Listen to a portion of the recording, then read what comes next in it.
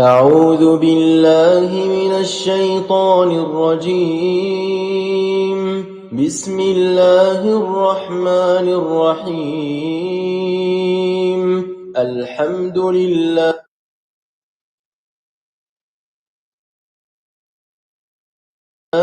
رب العالمين الرحمن الرحيم مالك يوم الدين إياك نعبد وإياك نستعين اهدنا الصراط المستقيم صراط الذين أنعمت عليهم غير المغضوب عليهم ولا الضالين.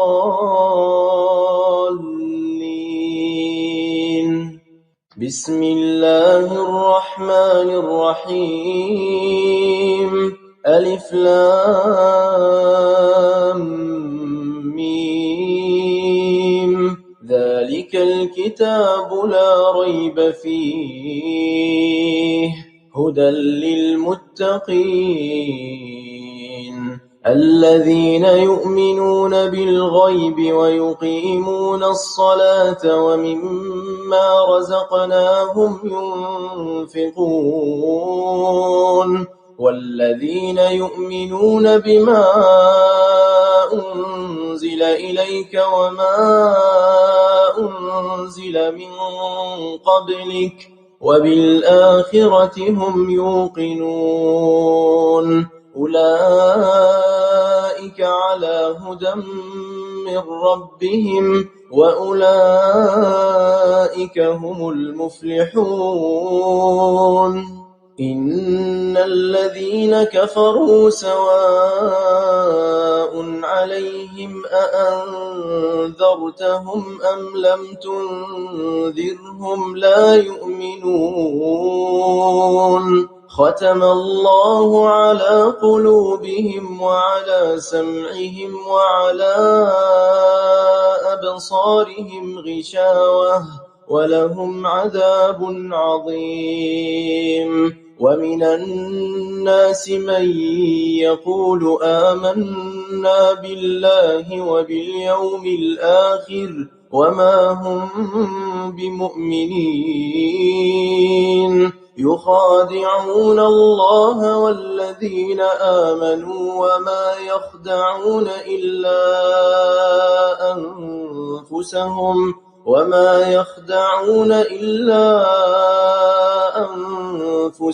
وما يشعرون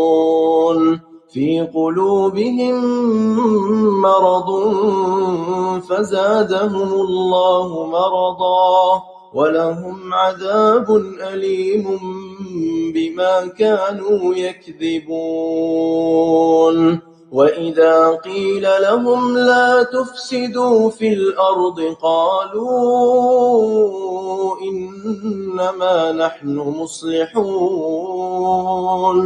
ألا إنهم هم المفسدون ولكن لا يشعرون. وإذا قيل لهم آمنوا كما آمن الناس قالوا أنؤمن كما آمن السفهاء ألا إنهم هم السفهاء ولكن لا يعلمون وإذا لقوا الذين آمنوا قالوا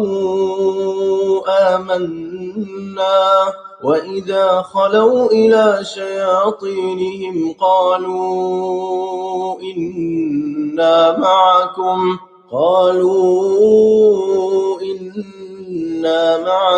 إنما نحن مستهزئون الله يستهزئ بهم ويمدهم في طغيانهم يعمهون أولئك الذين اشتروا الضلالة بالهدى فما ربحت تجارتهم وما كانوا مهتدين مثلهم كمثل الذي استوقد نارا فلما أضاءت ما حوله ذهب الله بنورهم وتركهم في ظلمات لا يبصرون صم بكم عمي فهم لا يرجعون أو كصيب من السماء فيه ظلمات ورعد وبرق يجعلون أصابعهم في آذانهم من الصواعق حذر الموت والله محيط بالكافرين يكاد البرق يخطف أبصارهم كلما أضاء لهم مشوا فيه وإذا أظلم عليهم قاموا ولو شاء الله لذهب بسمعهم وأبصارهم إن الله على كل شيء قدير يا أيها الناس اعبدوا ربكم الذي خلقكم والذين من قبلكم لعلكم تتقون الذي جعل لكم الأرض فراشا والسماء بناء وأنزل من السماء ماء فأخرج به من الثمرات رزقا لكم فلا تجعلوا لله أندادا وأنتم تعلمون وإن كنتم في ريب مما نزلنا على عبدنا فأتوا بسورة من مثله وادعوا شهداءكم من دون الله إن كنتم صادقين فإن لم تفعلوا ولن تفعلوا فاتقوا النار التي وقودها الناس والحجارة أعدت للكافرين وبشر الذين آمنوا وعملوا الصالحات أن لهم جنات تجري من تحتها الأنهار كلما رزقوا منها من ثمرة رزقا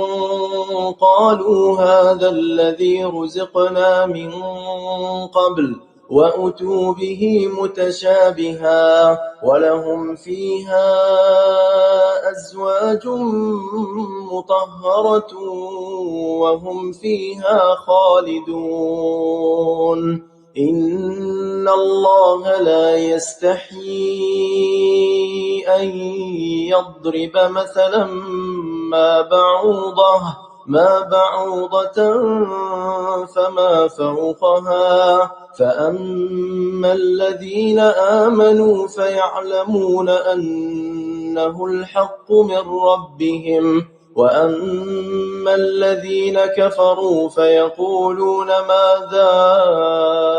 أراد الله بهذا مثلا يضل به كثيرا ويهدي به كثيرا وما يضل به إلا الفاسقين الذين ينقضون عهد الله من بعد ميثاقه ويقطعون ما أمر الله به أن يوصل ويفسدون في الأرض أولئك هم الخاسرون كيف تكفرون بالله وكنتم أمواتا فأحياكم ثم يميتكم ثم يحييكم ثم إليه ترجعون هو الذي خلق لكم ما في الأرض جميعا ثم استوى إلى السماء فسواهن 7 سماوات وهو بكل شيء عليم وإذ قال ربك للملائكة إني جاعل في الأرض خليفة قالوا أتجعل فيها من يفسد فيها ويسفك الدماء ونحن نسبح بحمدك ونقدس لك قال إني أعلم ما لا تعلمون وعلم آدم الأسماء كلها ثم عرضهم على الملائكة فقال أنبئوني بأسماء هؤلاء إن كنتم صادقين قالوا سبحانك لا علم لنا إلا ما علمتنا إنك أنت العليم الحكيم قال يا آدم أنبئهم بأسمائهم فلما أنبأهم بأسمائهم قال ألم أقل لكم إني أعلم غيب السماوات والأرض وأعلم ما تبدون وما كنتم تكتمون وإذ قلنا للملائكة اسجدوا لآدم فسجدوا إلا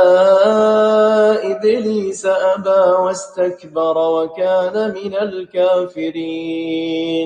وقلنا يا آدم اسكن أنت وزوجك الجنة وكلا منها رغدا حيث شئتما ولا تقربا هذه الشجرة فتكونا من الظالمين فأزلهما الشيطان عنها فأخرجهما مما كانا فيه وقلنا اهبطوا بعضكم لبعض عدو ولكم في الأرض مستقر ومتاع إلى حين فتلقى آدم من ربه كلمات فتاب عليه إنه هو التواب الرحيم قلنا اهبطوا منها جميعا فإما يأتينكم مني هدى فمن تبع هداي فلا خوف عليهم ولا هم يحزنون والذين كفروا وكذبوا بآياتنا أولئك أصحاب النار هم فيها خالدون يا بني إسرائيل اذكروا نعمتي التي أنعمت عليكم وأوفوا بعهدي أوف بعهدكم وإياي فارهبون وآمنوا بما أنزلت مصدقا لما معكم ولا تكونوا أول كافر به ولا تشتروا بآياتي ثمنا قليلا وإياي فاتقون ولا تلبسوا الحق بالباطل وتكتموا الحق وأنتم تعلمون وأقيموا الصلاة وآتوا الزكاة واركعوا مع الراكعين أتأمرون الناس بالبر وتنسون أنفسكم وأنتم تتلون الكتاب أفلا تعقلون واستعينوا بالصبر والصلاة وإنها لكبيرة إلا على الخاشعين الذين يظنون أنهم ملاقو ربهم وأنهم إليه راجعون يا بني إسرائيل اذكروا نعمتي التي أنعمت عليكم وأني فضلتكم على العالمين واتقوا يوما لا تجزي نفس عن نفس شيئا ولا يقبل منها شفاعة ولا يؤخذ منها عدل ولا هم ينصرون وإذ نجيناكم من آل فرعون يسومونكم سوء العذاب يذبحون أبناءكم ويستحيون نساءكم وفي ذلكم بلاء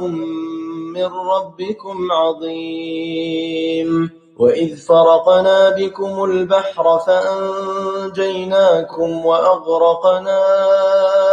آل فرعون وأنتم تنظرون وإذ واعدنا موسى 40 ليلة ثم اتخذتم العجل من بعده وأنتم ظالمون ثم عفونا عنكم من بعد ذلك لعلكم تشكرون وإذ آتينا موسى الكتاب والفرقان لعلكم تهتدون وإذ قال موسى لقومه يا قوم إنكم ظلمتم أنفسكم باتخاذكم العجل فتوبوا إلى بارئكم فاقتلوا أنفسكم ذلكم خير لكم عند بارئكم فتاب عليكم إنه هو التواب الرحيم وإذ قلتم يا موسى لن نؤمن لك حتى نرى الله جهرة فأخذتكم الصاعقة وأنتم تنظرون ثم بعثناكم من بعد موتكم لعلكم تشكرون وظللنا عليكم الغمام وأنزلنا عليكم المن والسلوى كلوا من طيبات ما رزقناكم وما ظلمونا ولكن كانوا أنفسهم يظلمون وإذ قلنا ادخلوا هذه القرية فكلوا منها حيث شئتم رغدا وادخلوا الباب سجدا وقولوا حطة نغفر لكم خطاياكم وسنزيد المحسنين فبدل الذينظلموا قولا غير الذي قيل لهم فأنزلنا على الذين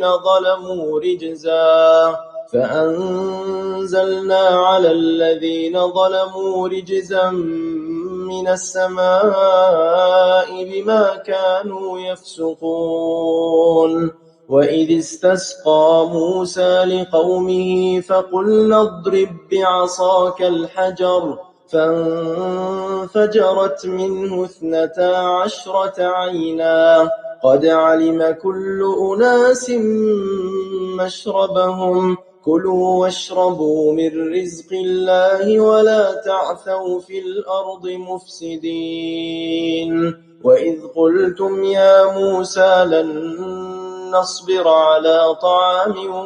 واحد فادع لنا ربك يخرج لنا مما تنبت الأرض من بقلها وقثائها وفومها وعدسها وبصلها قال أتستبدلون الذي هو أدنى بالذي هو خير اهبطوا مصرا فإن لكم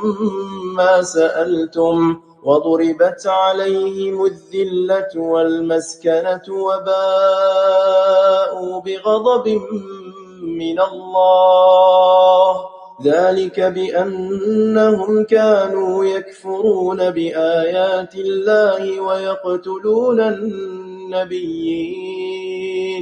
ويقتلون النبيين بغير الحق ذلك بما عصوا وكانوا يعتدون إن الذين آمنوا والذين هادوا والنصارى والصابئين من آمن بالله واليوم الآخر وعمل صالحا فلهم أجرهم عند ربهم ولا خوف عليهم ولا هم يحزنون وإذ أخذنا ميثاقكم ورفعنا فوقكم الطور خذوا ما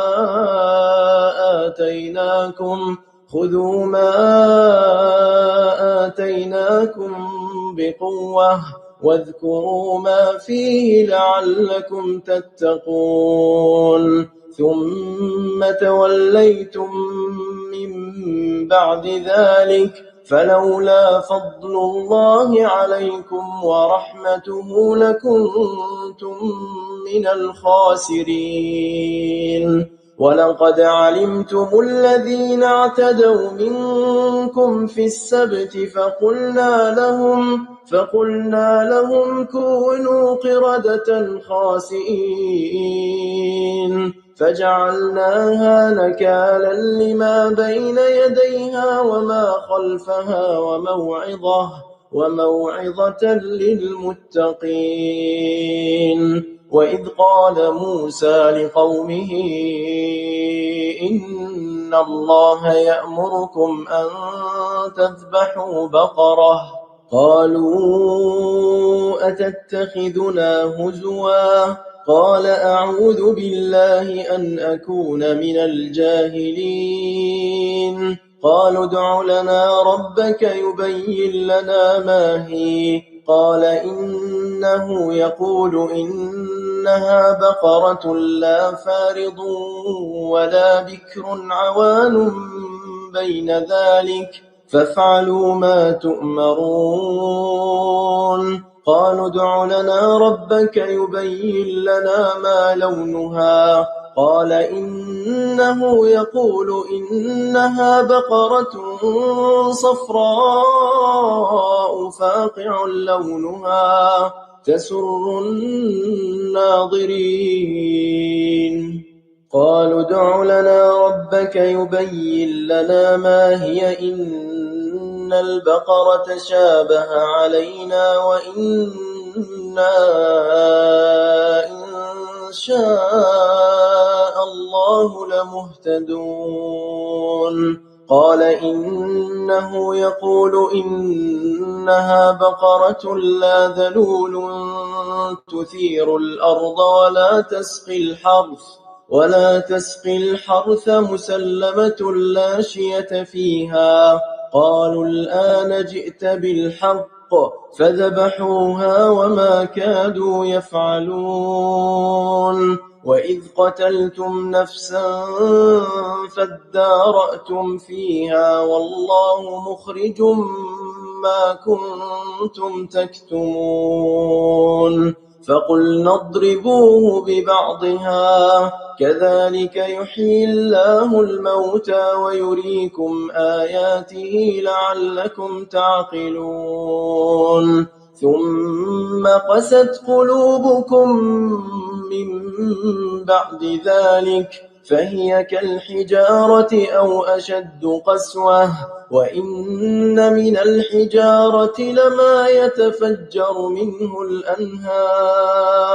وإن منها لما يشقق فيخرج منه الماء وإن منها لما يهبط من خشية الله وما الله بغافل عما تعملون أفتطمعون أن يؤمنوا لكم وقد كان فريق منهم يسمعون كلام الله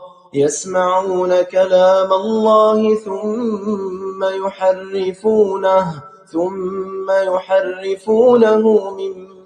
بعد ما عقلوه وهم يعلمون وإذا لقوا الذين آمنوا قالوا آمنا وإذا خلا بعضهم إلى بعض قالوا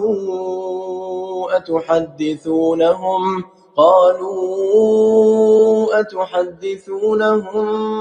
بما فتح الله عليكم ليحاجوكم به عند ربكم أفلا تعقلون أولا يعلمون أن الله يعلم ما يسرون وما يعلنون ومنهم أميون لا يعلمون الكتاب إلا أماني وإن هم إلا يظنون فويل للذين يكتبون الكتاب بأيديهم ثم يقولون هذا من عند الله ليشتروا به ثمنا قليلا فويل لهم مما كتبت أيديهم وويل لهم مما يكسبون وقالوا لن تمسنا النار إلا أياما معدودة قل أتخذتم عند الله عهدا فلن يخلف الله عهده أم تقولون على الله ما لا تعلمون بلى من كسب سيئة وأحاطت به خطيئته فأولئك أصحاب النار هم فيها خالدون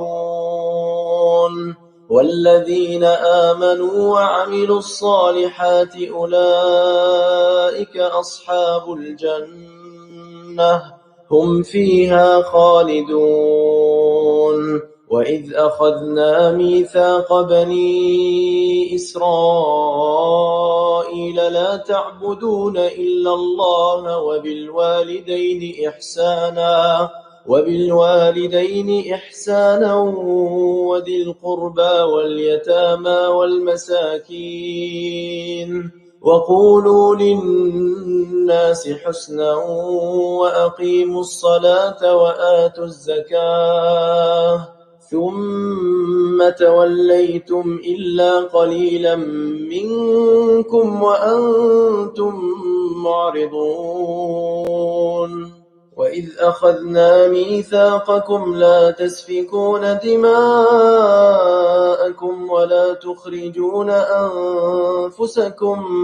من دياركم ثم أقررتم وأنتم تشهدون ثم أنتم هؤلاء تقتلون أنفسكم وتخرجون فريقا منكم من ديارهم تظاهرون عليهم بالإثم والعدوان وإن يأتوكم أسارى تفادوهم وهو محرم عليكم إخراجهم أفتؤمنون ببعض الكتاب وتكفرون ببعض فما جزاء من يفعل ذلك منكم إلا خزي في الحياة الدنيا ويوم القيامة يردون إلى أشد العذاب وما الله بغافل عما تعملون أولئك الذين اشتروا الحياة الدنيا بالآخرة فلا يخفف عنهم العذاب ولا هم ينصرون ولقد آتينا موسى الكتاب وقفينا من بعده بالرسل وآتينا عيسى ابن مريم البينات وأيدناه بروح القدس أفكلما جاءكم رسول بما لا تهوى أنفسكم استكبرتم ففريقا كذبتم وفريقا تقتلون وقالوا قلوبنا غلف بل لعنهم الله بكفرهم فقليلا ما يؤمنون ولما جاءهم كتاب من عند الله مصدق لما معهم وكانوا من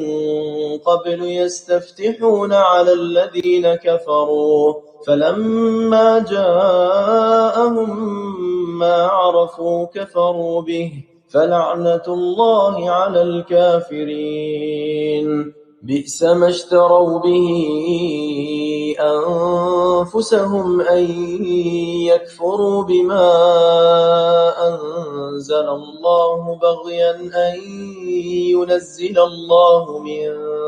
فضله على من يشاء من عباده فباءوا بغضب على غضب وللكافرين عذاب مهين وإذا قيل لهم آمنوا بما أنزل الله قالوا نؤمن بما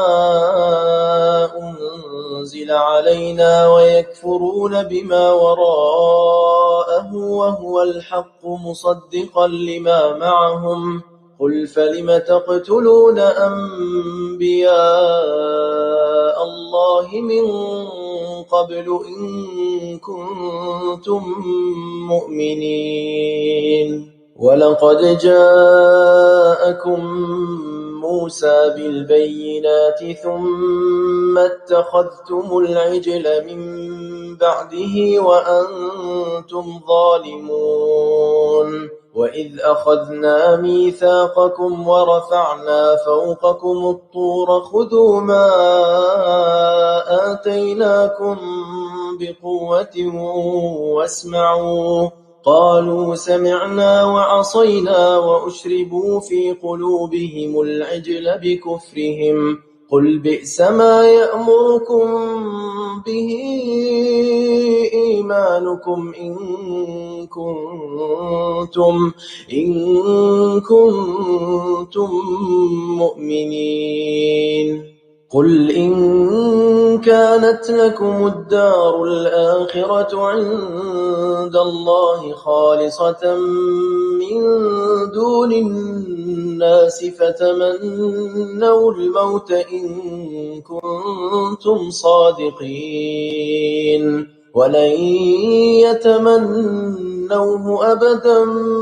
بما قدمت أيديهم والله عليم بالظالمين ولتجدنهم أحرص الناس على حياة ومن الذين أشركوا يود أحدهم لو يعمر 1000 سنة وما هو بمزحزحه من العذاب أن يعمر والله بصير بما يعملون قل من كان عدوا لجبريل فإنه نزله على قلبك بإذن الله مصدقا لما بين يديه وهدى وبشرى للمؤمنين من كان عدوا لله وملائكته ورسله وجبريل وميكال فإن الله عدو للكافرين ولقد أنزلنا إليك آيات بينات وما يكفر بها إلا الفاسقون أو كلما عاهدوا عهدا نبذه فريق منهم بل أكثرهم لا يؤمنون ولما جاءهم رسول من عند الله مصدق لما معهم نبذ فريق من الذين أوتوا الكتاب كتاب الله وراء ظهورهم كأنهم لا يعلمون واتبعوا ما تتلو الشياطين على ملك سليمان وما كفر سليمان ولكن الشياطين كفروا يعلمون الناس السحر وما أنزل على الملكين ببابل هاروت وماروت وما يعلمان من أحد حتى يقولا إنما نحن فتنة فلا تكفر فيتعلمون منهما ما يفرقون به بين المرء وزوجه وما هم بضارين به من أحد إلا بإذن الله ويتعلمون ما يضرهم ولا ينفعهم ولقد علموا لمن اشتراه ما له في الآخرة من خلاق ولبئس ما شروا به أنفسهم لو كانوا يعلمون ولو أنهم آمنوا واتقوا لمثوبة من عند الله خير لو كانوا يعلمون يعلمون يا أيها الذين آمنوا لا تقولوا راعنا وقولوا انظرنا واسمعوا وللكافرين عذاب أليم ما يود الذين كفروا من أهل الكتاب ولا المشركين أن ينزل عليكم من خير من ربكم والله يختص برحمته من يشاء والله ذو الفضل العظيم ما ننسخ من آية أو ننسها نأت بخير منها أو مثلها ألم تعلم أن الله على كل شيء قدير ألم تعلم أن الله له ملك السماوات والأرض وما لكم من دون الله من ولي ولا نصير أم تريدون أن تسألوا رسولكم كما سئل موسى من قبل ومن يتبدل الكفر بالإيمان فقد ضل سواء السبيل ود كثير من أهل الكتاب لو يردونكم من بعد إيمانكم كفارا حسدا من عند أنفسهم من بعد ما تبين لهم الحق فاعفوا واصفحوا حتى يأتي الله بأمره إن الله على كل شيء قدير وأقيموا الصلاة وآتوا الزكاة وما تقدموا لأنفسكم من خير تجدوه عند الله إن الله بما تعملون بصير وقالوا لن يدخل الجنة إلا من كان هودا أو نصارى تلك أمانيهم قل هاتوا برهانكم إن كنتم صادقين بلى من أسلم وجهه لله وهو محسن فله أجره عند ربه ولا خوف عليهم ولا هم يحزنون وقالت اليهود ليست النصارى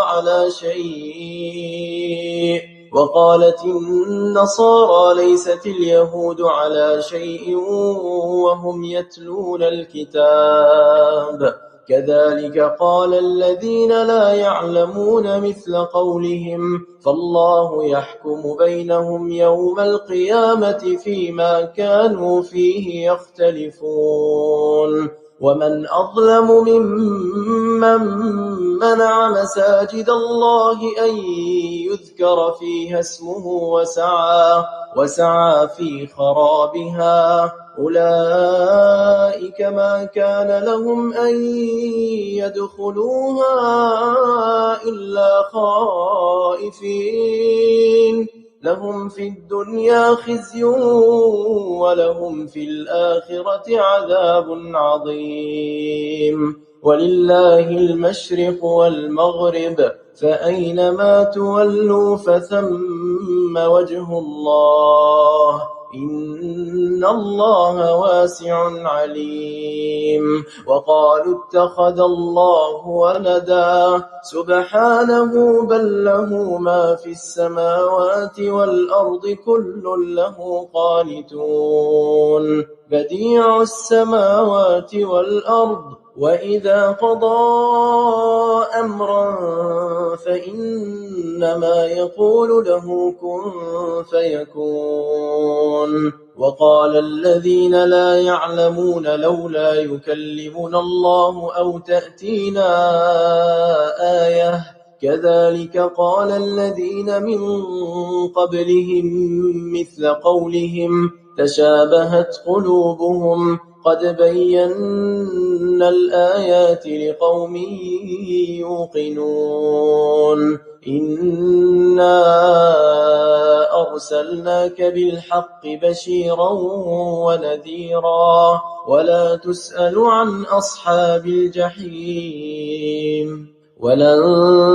ترضى عنك اليهود ولا النصارى حتى تتبع ملتهم قل إن هدى الله هو الهدى ولئن اتبعت أهواءهم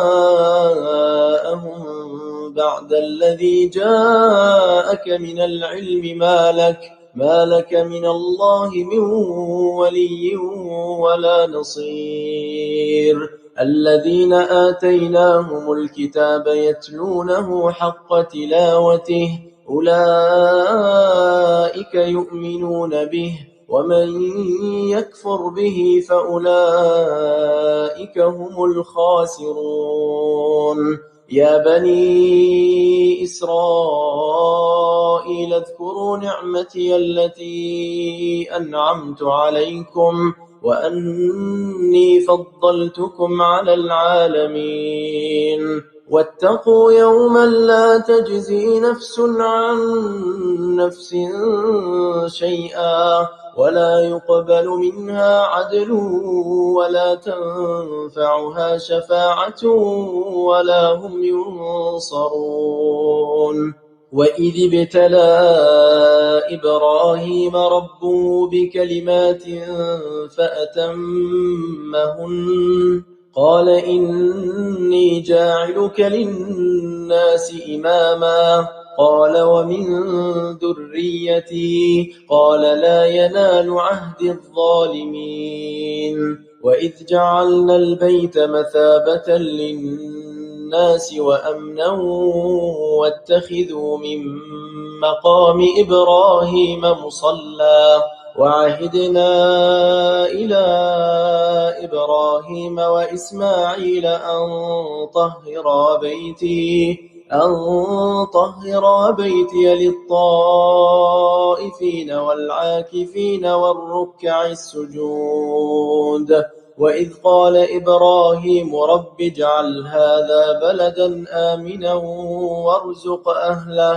وارزق أهله من الثمرات من آمن منهم بالله واليوم الآخر قال ومن كفر فأمتعه قليلا ثم أضطره إلى عذاب النار وبئس المصير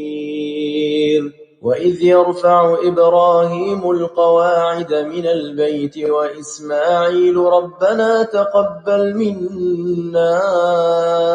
إنك أنت السميع العليم ربنا واجعلنا مسلمين لك ومن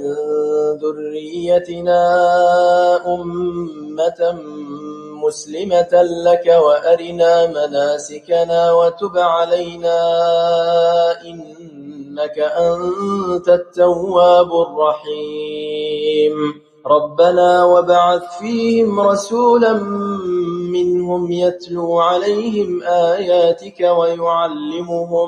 ويعلمهم الكتاب والحكمة ويزكيهم إنك أنت العزيز الحكيم ومن يرغب عن ملة إبراهيم إلا من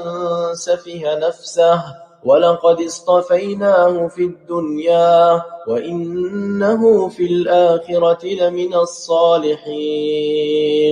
إذ قال له ربه أسلم قال أسلمت لرب العالمين ووصى بها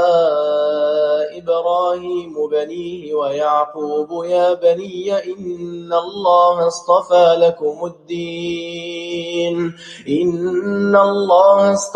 لكم الدين فلا تموتن إلا وأنتم مسلمون أم كنتم شهداء إذ حضر يعقوب الموت إذ قال لبنيه ما تعبدون من بعدي قالوا نعبد إلهك وإله آبائك إبراهيم وإسماعيل وإسحاق إلها واحدا ونحن له مسلمون تلك أمة قد خلت لها ما كسبت ولكم ما كسبتم ولا تسألون عما كانوا يعملون وقالوا كونوا هودا أو نصارى تهتدوا قل بل ملة إبراهيم حنيفا وما كان من المشركين قولوا آمنا بالله وما أنزل إلينا وما أنزل إلى إبراهيم وإسماعيل وإسحاق ويعقوب والأسباط وما أوتي موسى وعيسى وما أوتي النبيون من ربهم لا نفرق بين أحد منهم ونحن له مسلمون فإن آمنوا بمثل ما آمنتم به فقد اهتدوا وإن تولوا فإنما هم في شقاق فسيكفيكهم الله وهو السميع العليم صبغة الله ومن أحسن من الله صبغة ونحن له عابدون قل أتحاجوننا في الله وهو ربنا وربكم ولنا أعمالنا ولكم أعمالكم ونحن له مخلصون أم تقولون إن إبراهيم وإسماعيل وإسحاق ويعقوب والأسباط كانوا هودا أو نصارى قل أأنتم أعلم أم الله ومن أظلم ممن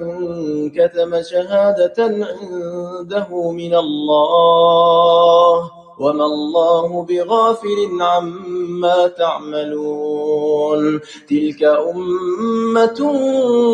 قد خلت لها ما كسبت ولكم ما كسبتم ولا تسألون عما كانوا يعملون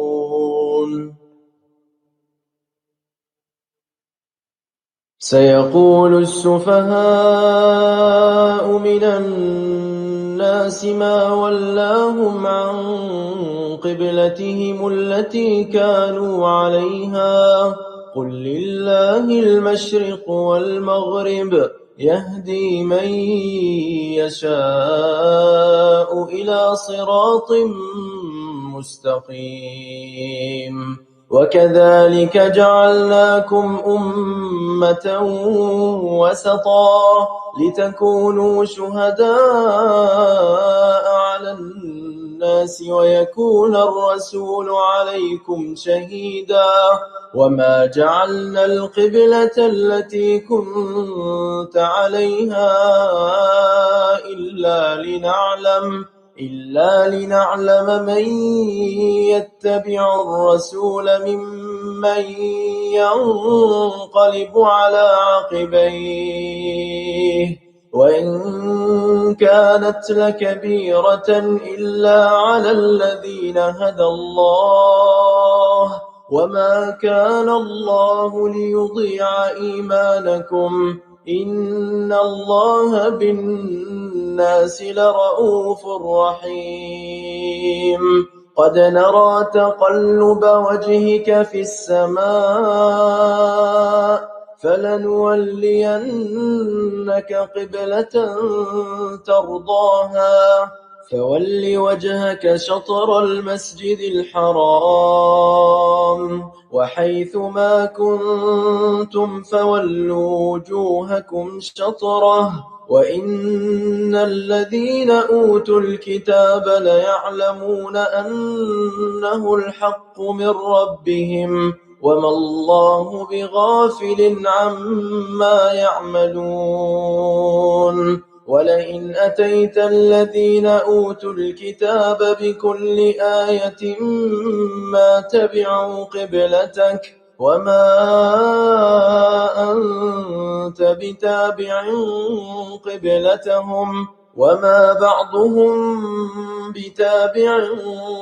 قبلة بعض ولئن اتبعت أهواءهم من بعد ما جاءك من العلم إنك إذا لمن الظالمين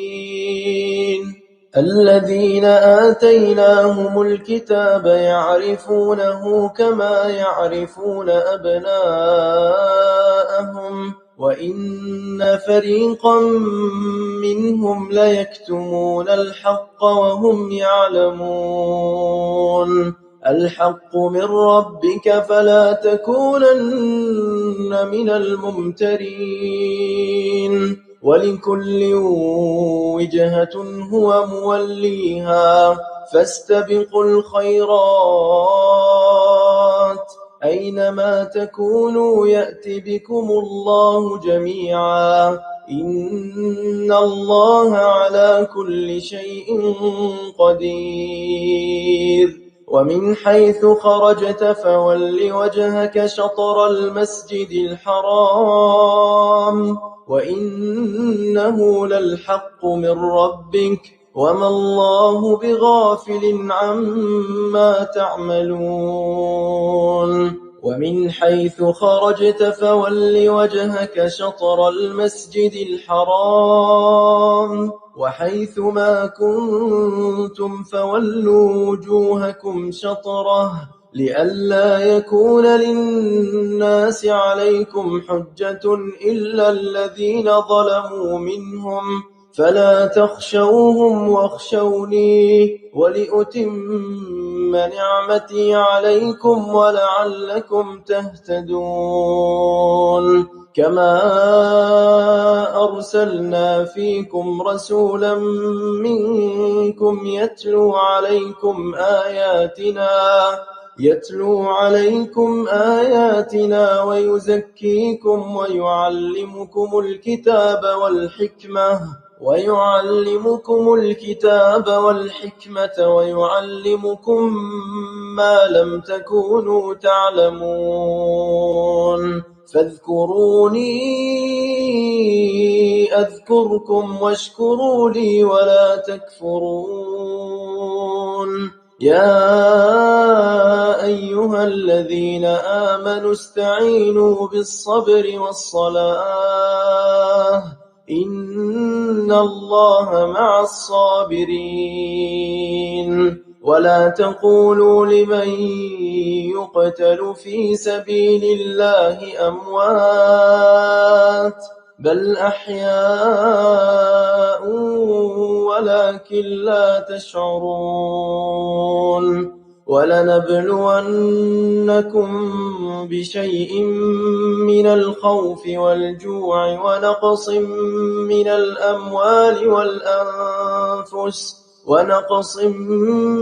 الأموال والأنفس والثمرات وبشر الصابرين الذين إذا أصابتهم مصيبة قالوا إنا لله وإنا إليه راجعون أولئك عليهم صلوات من ربهم ورحمة وأولئك هم المهتدون إن الصفا والمروة من شعائر الله فمن حج البيت أو اعتمر فلا جناح عليه أن يطوف بهما ومن تطوع خيرا فإن الله شاكر عليم إن الذين يكتمون ما أنزلنا من البينات والهدى من بعد ما بيناه للناس في الكتاب أولئك يلعنهم الله ويلعنهم اللاعنون إلا الذين تابوا وأصلحوا وبينوا فأولئك أتوب عليهم وأنا التواب الرحيم إن الذين كفروا وماتوا وهم كفار أولئك عليهم لعنة الله والملائكة والناس أجمعين خالدين فيها لا يخفف عنهم العذاب ولا هم ينظرون وإلهكم إله واحد لا إله إلا هو الرحمن الرحيم إن في خلق السماوات والأرض واختلاف الليل والنهار والفلك التي تجري في البحر بما ينفع الناس وما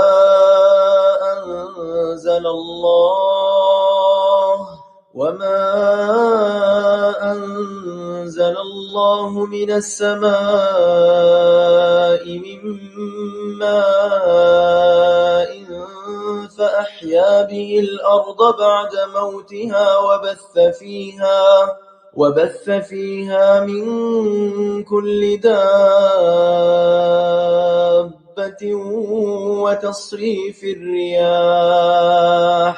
وتصريف الرياح والسحاب المسخر بين السماء والأرض لآيات لقوم يعقلون ومن الناس من يتخذ من دون الله أندادا يحبونهم كحب الله والذين آمنوا أشد حبا لله ولو يرى الذين ظلموا إذ يرون العذاب أن القوة لله جميعا وأن الله شديد العذاب إذ تبرأ الذين اتبعوا من الذين اتبعوا ورأوا العذاب وتقطعت بهم الأسباب وقال الذين اتبعوا لو أن لنا كرة فنتبرأ منهم كما تبرأوا منا كذلك يريهم الله أعمالهم حسرات عليهم وما هم بخارجين من النار يا أيها الناس كلوا مما في الأرض حلالا طيبا ولا تتبعوا خطوات الشيطان إنه لكم عدو مبين إنما يأمركم بالسوء والفحشاء وأن تقولوا على الله ما لا تعلمون وإذا قيل لهم اتبعوا ما أنزل الله قالوا بل نتبع ما ألفينا عليه آباءنا كان آباؤهم لا يعقلون شيئا ولا يهتدون ومثل الذين كفروا كمثل الذي ينعق بما لا يسمع إلا دعاء ونداء صم بكم عمي فهم لا يعقلون يا أيها الذين آمنوا كلوا من طيبات ما رزقناكم واشكروا لله إن كنتم إياه تعبدون إنما حرم عليكم الميتة والدم ولحم الخنزير وما أهل به لغير الله فمن اضطر غير باغ ولا عاد فلا إثم عليه إن الله غفور رحيم إن الذين يكتمون ما أنزل الله من الكتاب ويشترون به ثمنا قليلا أولئك ما يأكلون في بطونهم إلا النار ولا يكلمهم الله يوم القيامة ولا يزكيهم ولهم عذاب أليم أولئك الذين اشتروا الضلالة بالهدى والعذاب بالمغفرة فما أصبرهم على النار ذلك بأن الله نزل الكتاب بالحق وإن الذين اختلفوا في الكتاب لفي شقاق بعيد ليس البر أن تولوا وجوهكم قبل المشرق والمغرب ولكن البر من آمن بالله واليوم الآخر والملائكة والكتاب والنبيين وآتى المال على حبه ذوي القربى واليتامى والمساكين وابن السبيل والسائلين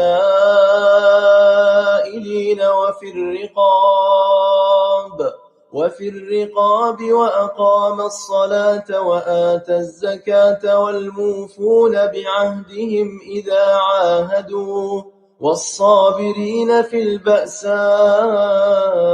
والضراء وحين البأس أولئك الذين صدقوا وأولئك هم المتقون يا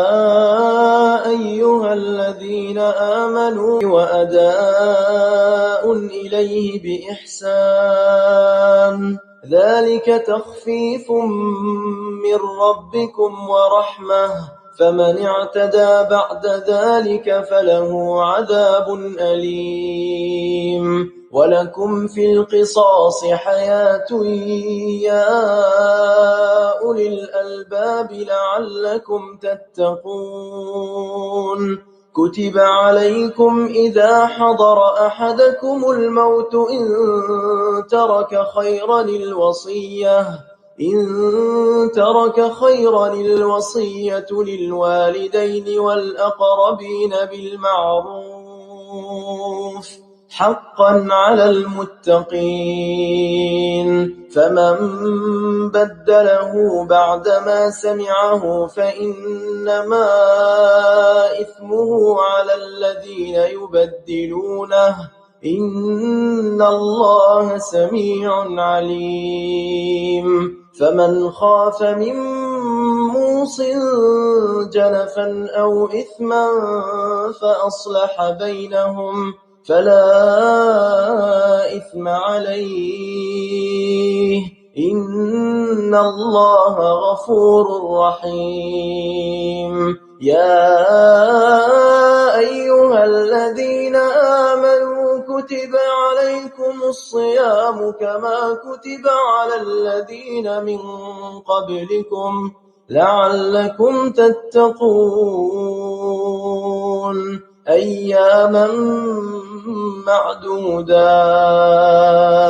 فمن كان منكم مريضا أو على سفر فعدة من أيام أخر وعلى الذين يطيقونه فدية طعام مسكين فمن تطوع خيرا فهو خير له وأن تصوموا خير لكم إن كنتم تعلمون شهر رمضان الذي أنزل فيه القرآن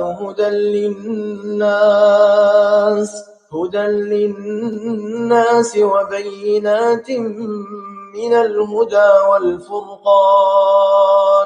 فمن شهد منكم الشهر فليصمه ومن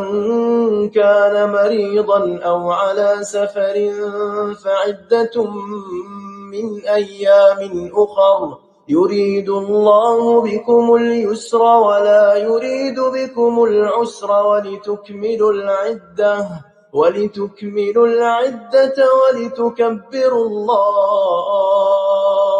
ولتكبروا الله على ما هداكم ولعلكم تشكرون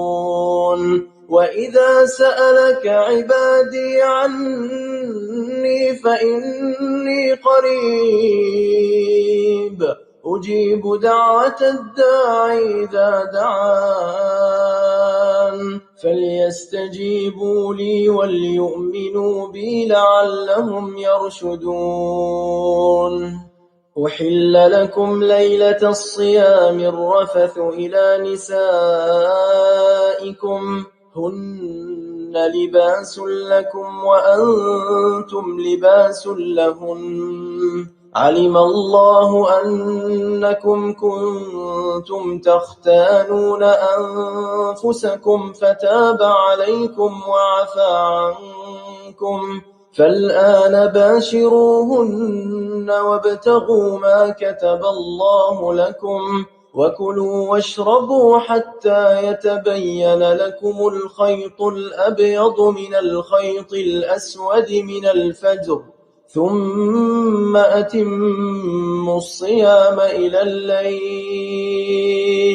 ولا تباشروهن وأنتم عاكفون في المساجد تلك حدود الله فلا تقربوها كذلك يبين الله آياته للناس لعلهم يتقون ولا تأكلوا أموالكم بينكم بالباطل وتدلوا بها إلى الحكام لتأكلوا فريقا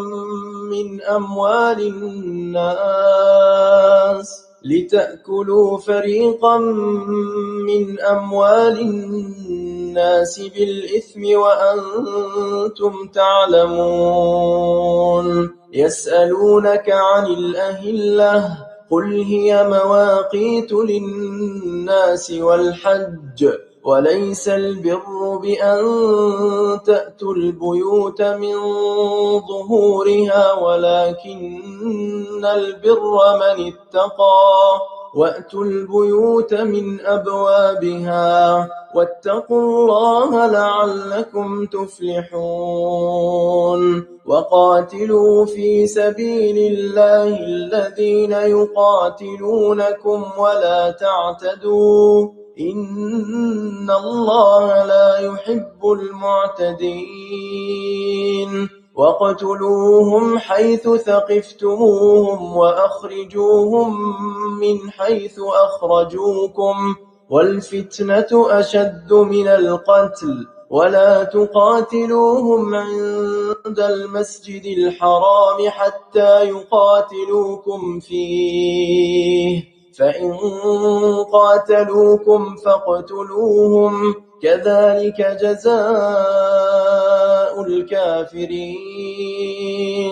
فإن انتهوا فإن الله غفور رحيم وقاتلوهم حتى لا تكون فتنة ويكون الدين لله فإن انتهوا فلا عدوان إلا على الظالمين الشهر الحرام بالشهر الحرام والحرمات قصاص فمن اعتدى عليكم فاعتدوا عليه بمثل ما اعتدى عليكم واتقوا الله واعلموا أن الله مع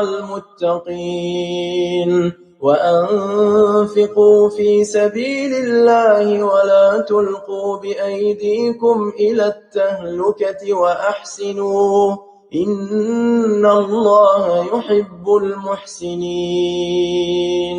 وأتموا الحج والعمرة لله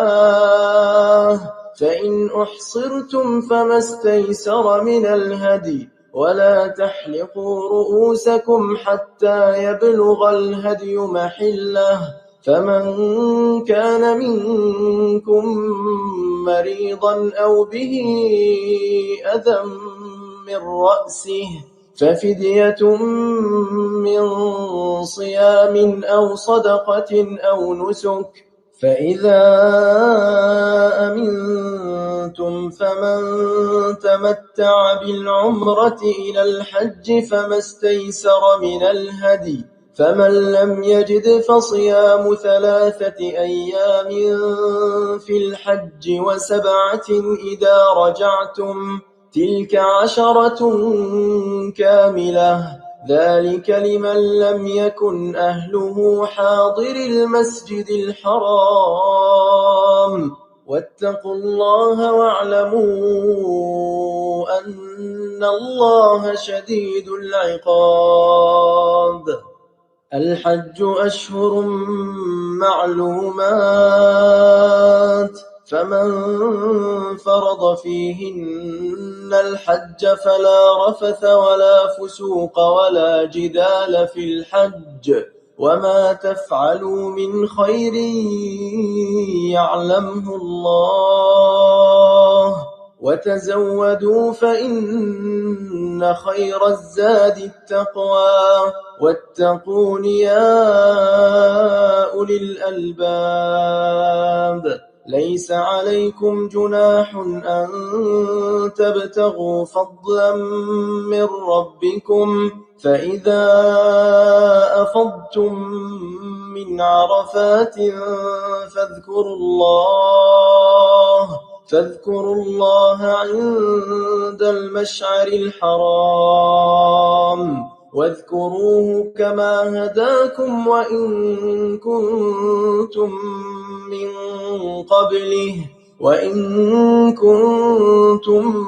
من قبله لمن الضالين ثم أفيضوا من حيث أفاض الناس واستغفروا الله إن الله غفور رحيم فإذا قضيتم مناسككم فاذكروا الله كذكركم آباءكم أو أشد ذكرا فمن الناس من يقول ربنا آتنا في الدنيا وما له في الآخرة من خلاق ومنهم من يقول ربنا آتنا في الدنيا حسنة وفي الآخرة حسنة وقنا عذاب النار أولئك لهم نصيب مما كسبوا والله سريع الحساب واذكروا الله في أيام معدودات فمن تعجل في يومين فلا إثم عليه ومن تأخر فلا إثم عليه لمن اتقى واتقوا الله واعلموا أنكم إليه تحشرون ومن الناس من يعجبك قوله في الحياة الدنيا ويشهد الله على ما في قلبه وهو ألد الخصام وإذا تولى سعى في الأرض ليفسد فيها ويهلك الحرث والنسل والله لا يحب الفساد وإذا قيل له اتق الله أخذته العزة بالإثم فحسبه جهنم ولبئس المهاد ومن الناس من يشري نفسه ابتغاء مرضات الله والله رؤوف بالعباد يا أيها الذين آمنوا ادخلوا في السلم كافة ولا تتبعوا خطوات الشيطان إنه لكم عدو مبين فإن زللتم من بعد ما جاءتكم البينات فاعلموا أن الله عزيز حكيم هل ينظرون إلا أن يأتيهم الله في ظلل من الغمام والملائكة وقضي الأمر وإلى الله ترجع الأمور سل بني إسرائيل كم آتيناهم من آية بينة ومن يبدل نعمة الله من بعد ما جاءته فإن الله شديد العقاب زين للذين كفروا الحياة الدنيا ويسخرون من الذين آمنوا والذين اتقوا فوقهم يوم القيامة والله يرزق من يشاء بغير حساب كان الناس أمة واحدة فبعث الله النبيين مبشرين ومنذرين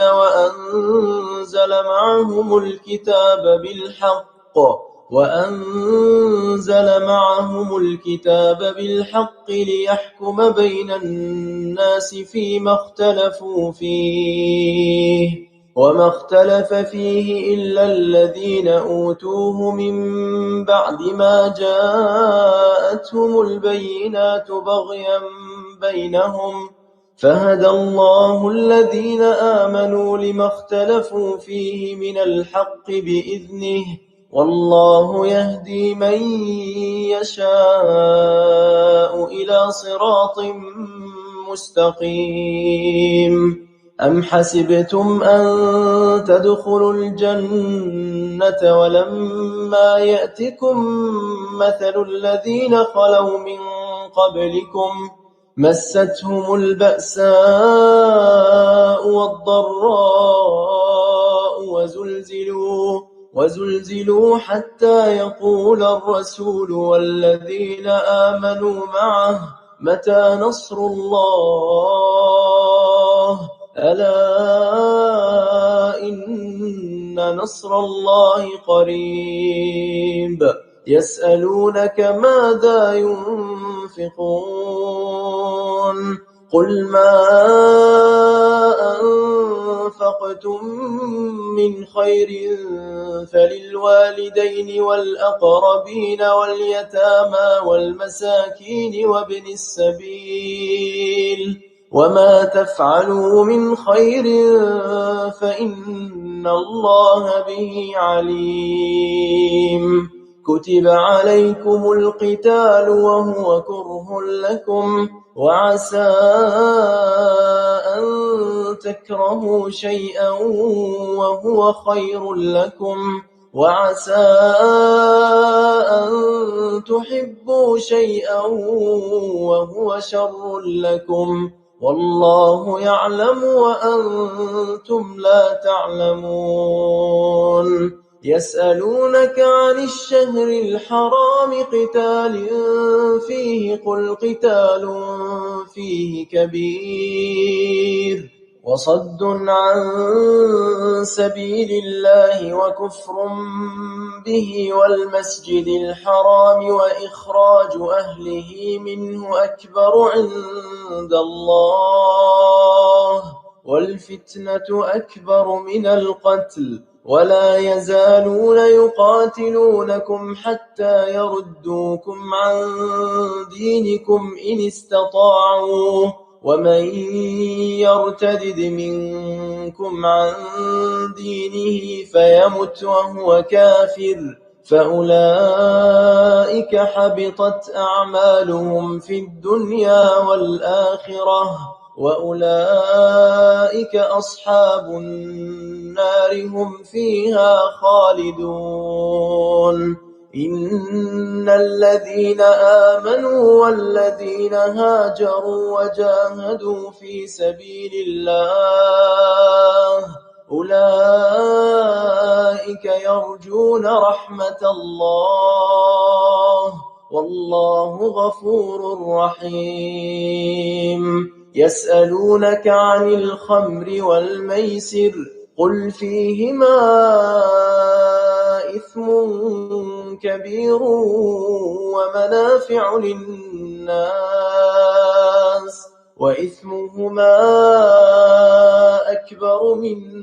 نفعهما ويسألونك ماذا ينفقون قل العفو كذلك يبين الله لكم الآيات لعلكم تتفكرون في الدنيا والآخرة ويسألونك عن اليتامى قل إصلاح لهم خير وإن تخالطوهم فإخوانكم والله يعلم المفسد من المصلح ولو شاء الله لأعنتكم إن الله عزيز حكيم ولا تنكحوا المشركات حتى يؤمن ولأمة مؤمنة خير من مشركة ولو أعجبتكم ولا تنكحوا المشركين حتى يؤمنوا ولعبد مؤمن خير من مشرك ولو أعجبكم أولئك يدعون إلى النار والله يدعو إلى الجنة والمغفرة بإذنه ويبين آياته للناس لعلهم يتذكرون ويسألونك عن المحيض قل هو أذى فاعتزلوا النساء في المحيض ولا تقربوهن حتى يطهرن فإذا تطهرن فأتوهن من حيث أمركم الله إن الله يحب التوابين ويحب المتطهرين نساؤكم حرث لكم فأتوا حرثكم أنى شئتم وقدموا لأنفسكم واتقوا الله واعلموا أنكم ملاقوه وبشر المؤمنين ولا تجعلوا الله عرضة لأيمانكم أن تبروا وتتقوا وتصلحوا بين الناس والله سميع عليم لا يؤاخذكم الله باللغو في أيمانكم ولكن يؤاخذكم بما كسبت قلوبكم والله غفور حليم للذين يؤلون من نسائهم تربص 4 أشهر فإن فاءوا فإن الله غفور رحيم وإن عزموا الطلاق فإن الله سميع عليم والمطلقات يتربصن بأنفسهن 3 قروء ولا يحل لهن أن يكتمن ما خلق الله في أرحامهن إن كن يؤمن بالله واليوم الآخر وبعولتهن أحق بردهن في ذلك إن أرادوا إصلاحا ولهن مثل الذي عليهن بالمعروف وللرجال عليهن درجة والله عزيز حكيم الطلاق 2 مرتان فإمساك بمعروف أو تسريح بإحسان ولا يحل لكم أن تأخذوا مما آتيتموهن شيئا إلا أن يخافا ألا يقيما حدود الله فإن خفتم ألا يقيما حدود الله فلا جناح عليهما فيما افتدت به تلك حدود الله فلا تعتدوها ومن يتعد حدود الله فأولئك هم الظالمون فإن طلقها فلا تحل له من بعد حتى تنكح زوجا غيره فإن طلقها فلا جناح عليهما أن يتراجعا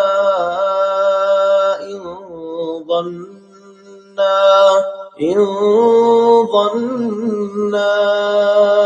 أن يقيما حدود الله وتلك حدود الله يبينها لقوم يعلمون وإذا طلقتم النساء فبلغن أجلهن فأمسكوهن بمعروف أو سرحوهن بمعروف ولا تمسكوهن ضرارا لتعتدوا ومن يفعل ذلك فقد ظلم نفسه ولا تتخذوا آيات الله هزوا واذكروا نعمة الله عليكم وما أنزل عليكم من الكتاب والحكمة يعظكم به واتقوا الله واعلموا أن الله بكل شيء عليم وإذا طلقتم النساء فبلغن أجلهن فلا تعضلوهن أن ينكحن أزواجهن إذا تراضوا بينهم بالمعروف، ذلك يوعظ به من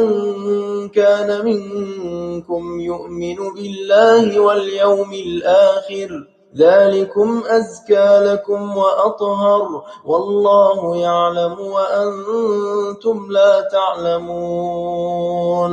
والوالدات يرضعن أولادهن حولين كاملين لمن أراد أن يتم الرضاعة، وعلى المولود له رزقهن وكسوتهن بالمعروف، لا تكلف نفس إلا وسعها، لا تضار والدة بولدها ولا مولود له بولده، وعلى الوارث مثل ذلك، فإن أرادا فصالا عن تراض منهما وتشاور فلا جناح عليهما، وإن أردتم أن تسترضعوا أولادكم فلا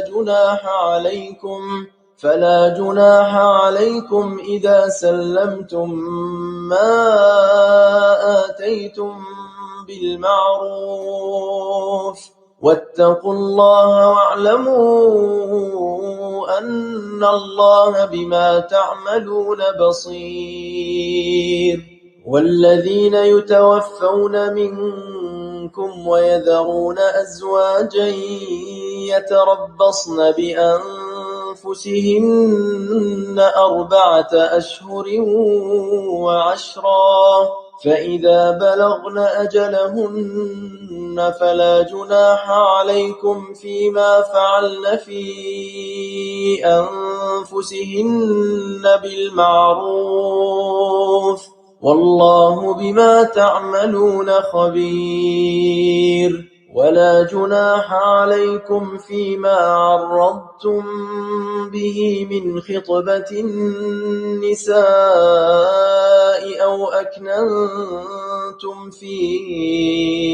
أنفسكم، علم الله أنكم ستذكرونهن ولكن لا تواعدوهن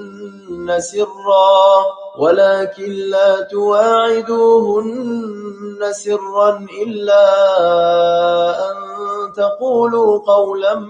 معروفا، ولا تعزموا عقدة النكاح حتى يبلغ الكتاب أجله، واعلموا أن الله يعلم ما في أنفسكم فاحذروه، واعلموا أن الله غفور حليم. لا جناح عليكم إن طلقتم النساء ما لم تمسوهن أو تفرضوا لهن فريضة، ومتعوهن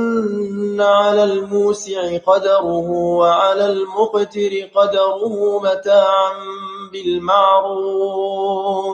متاعا بالمعروف حقا على المحسنين. وإن طلقتموهن من قبل أن تمسوهن وقد فرضتم لهن فريضة فنصف ما فرضتم إلا أن يعفون أو يعفو الذي بيده عقدة النكاح، وأن تعفوا أقرب للتقوى، ولا تنسوا الفضل بينكم، إن الله بما تعملون بصير. حافظوا على الصلوات والصلاة الوسطى وقوموا لله قانتين فإن خفتم فرجالا أو ركبانا فإذا أمنتم فاذكروا الله كما علمكم ما لم تكونوا تعلمون والذين يتوفون منكم ويذرون أزواجا وصية لأزواجهم متاعا إلى الحول غير إخراج فإن خرجن فلا جناح عليكم فيما فعلن في أنفسهن من معروف والله عزيز حكيم وللمطلقات متاع بالمعروف حقا على المتقين كذلك يبين الله لكم آياته لعلكم تعقلون ألم تر إلى الذين خرجوا من ديارهم وهم ألوف حذر الموت فقال لهم الله موتوا ثم أحياهم إن الله لذو فضل على الناس ولكن أكثر الناس لا يشكرون وقاتلوا في سبيل الله واعلموا أن الله سميع عليم من ذا الذي يقرض الله قرضا حسنا فيضاعفه له أضعافا كثيرة والله يقبض ويبسط وإليه ترجعون ألم تر إلى الملأ من بني إسرائيل من بعد موسى إذ قالوا لنبي له مبعث لنا ملكا نقاتل في سبيل الله قال هل عسيتم إن كتب عليكم القتال ألا تقاتلوا قالوا وما لنا ألا نقاتل في سبيل الله وقد أخرجنا من ديارنا وأبنائنا فلما كتب عليهم القتال تولوا إلا قليلا منهم والله عليم بالظالمين وقال لهم نبيهم إن الله قد بعث لكم طالوت ملكا قالوا أنى يكون له الملك علينا ونحن أحق بالملك منه ولم يؤت سعة من المال قال إن الله اصطفاه عليكم وزاده بسطة في العلم والجسم والله يؤتي ملكه من يشاء والله واسع عليم وقال لهم نبيهم إن آية ملكه أن يأتيكم التابوت فيه سكينة من ربكم وبقية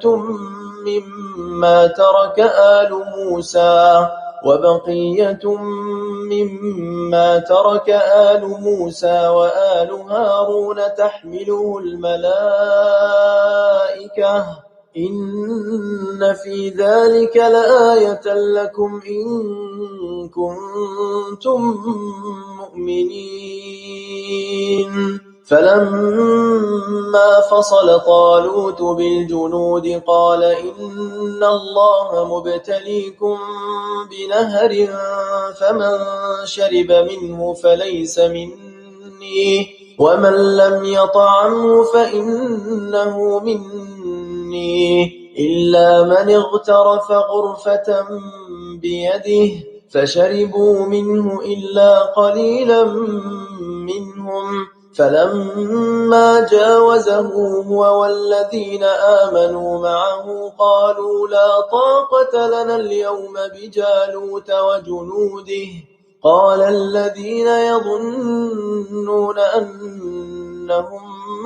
ملاقو الله كم من فئة قليلة غلبت فئة كثيرة بإذن الله والله مع الصابرين ولما برزوا لجالوت وجنوده قالوا ربنا أفرغ علينا صبرا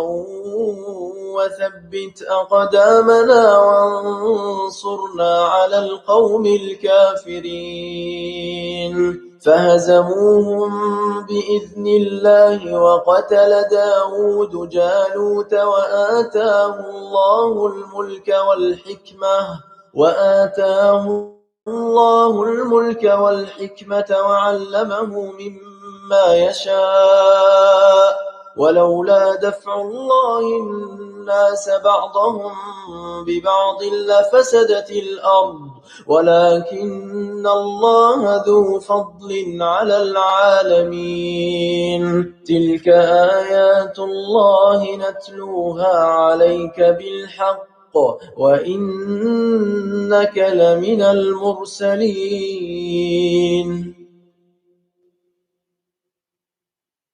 تلك الرسل فضلنا بعضهم على بعض منهم من كلم الله ورفع بعضهم درجات وآتينا عيسى ابن مريم البينات وأيدناه بروح القدس ولو شاء الله ما اقتتل الذين من بعد ما جاءتهم البينات ولكن اختلفوا فمنهم من آمن ومنهم من كفر ولو شاء الله ما اقتتلوا ولكن الله يفعل ما يريد يا أيها الذين آمنوا أنفقوا مما رزقناكم من قبل أن يأتي يوم لا بيع فيه ولا خلة ولا شفاعة والكافرون هم الظالمون الله لا إله إلا هو الحي القيوم لا تأخذه سنة ولا نوم له ما في السماوات وما في الأرض من ذا الذي يشفع عنده إلا بإذنه يعلم ما بين أيديهم وما خلفهم ولا يحيطون بشيء من علمه إلا بما شاء وسع كرسيه السماوات والأرض ولا يؤوده حفظهما وهو العلي العظيم لا إكراه في الدين قد تبين الرشد من الغي فمن يكفر بالطاغوت ويؤمن بالله فقد استمسك بالعروة الوثقى لا انفصام لها والله سميع عليم الله ولي الذين آمنوا يخرجهم من الظلمات إلى النور والذين كفروا أولياؤهم الطاغوت يخرجونهم من النور إلى الظلمات أولئك أصحاب النار هم فيها خالدون ألم تر إلى الذي حاج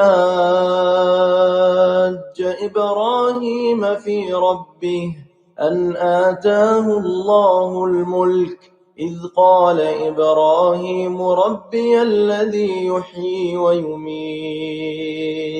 قال أنا أحيي وأميت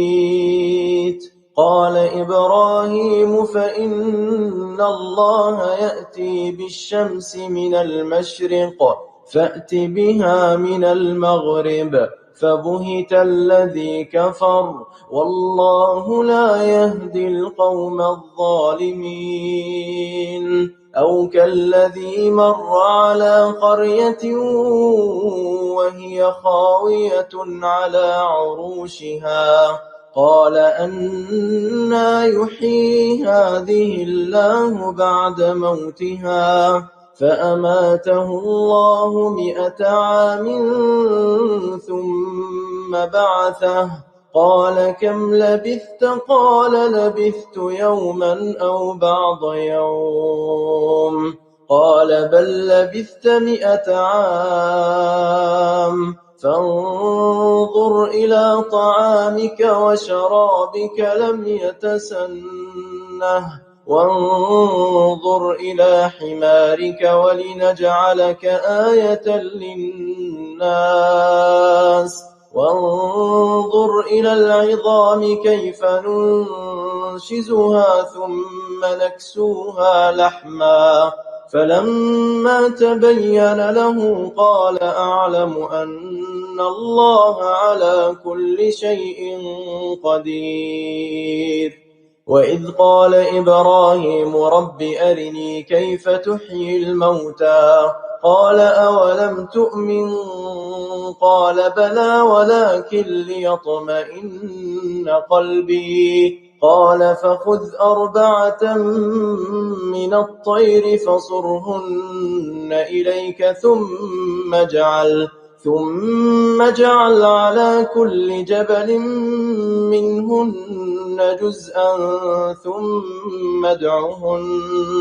ثم ادعهن يأتينك سعيا واعلم أن الله عزيز حكيم مثل الذين ينفقون أموالهم في سبيل الله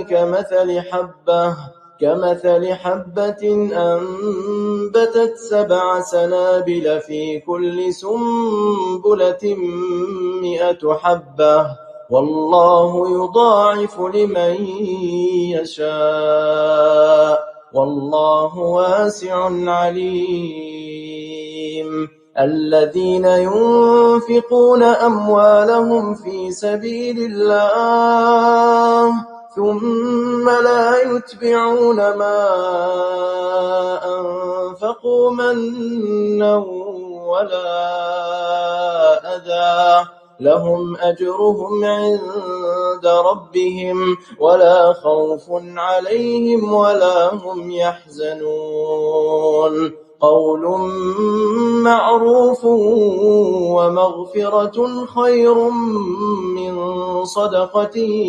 يتبعها أذى والله غني حليم يا أيها الذين آمنوا لا تبطلوا صدقاتكم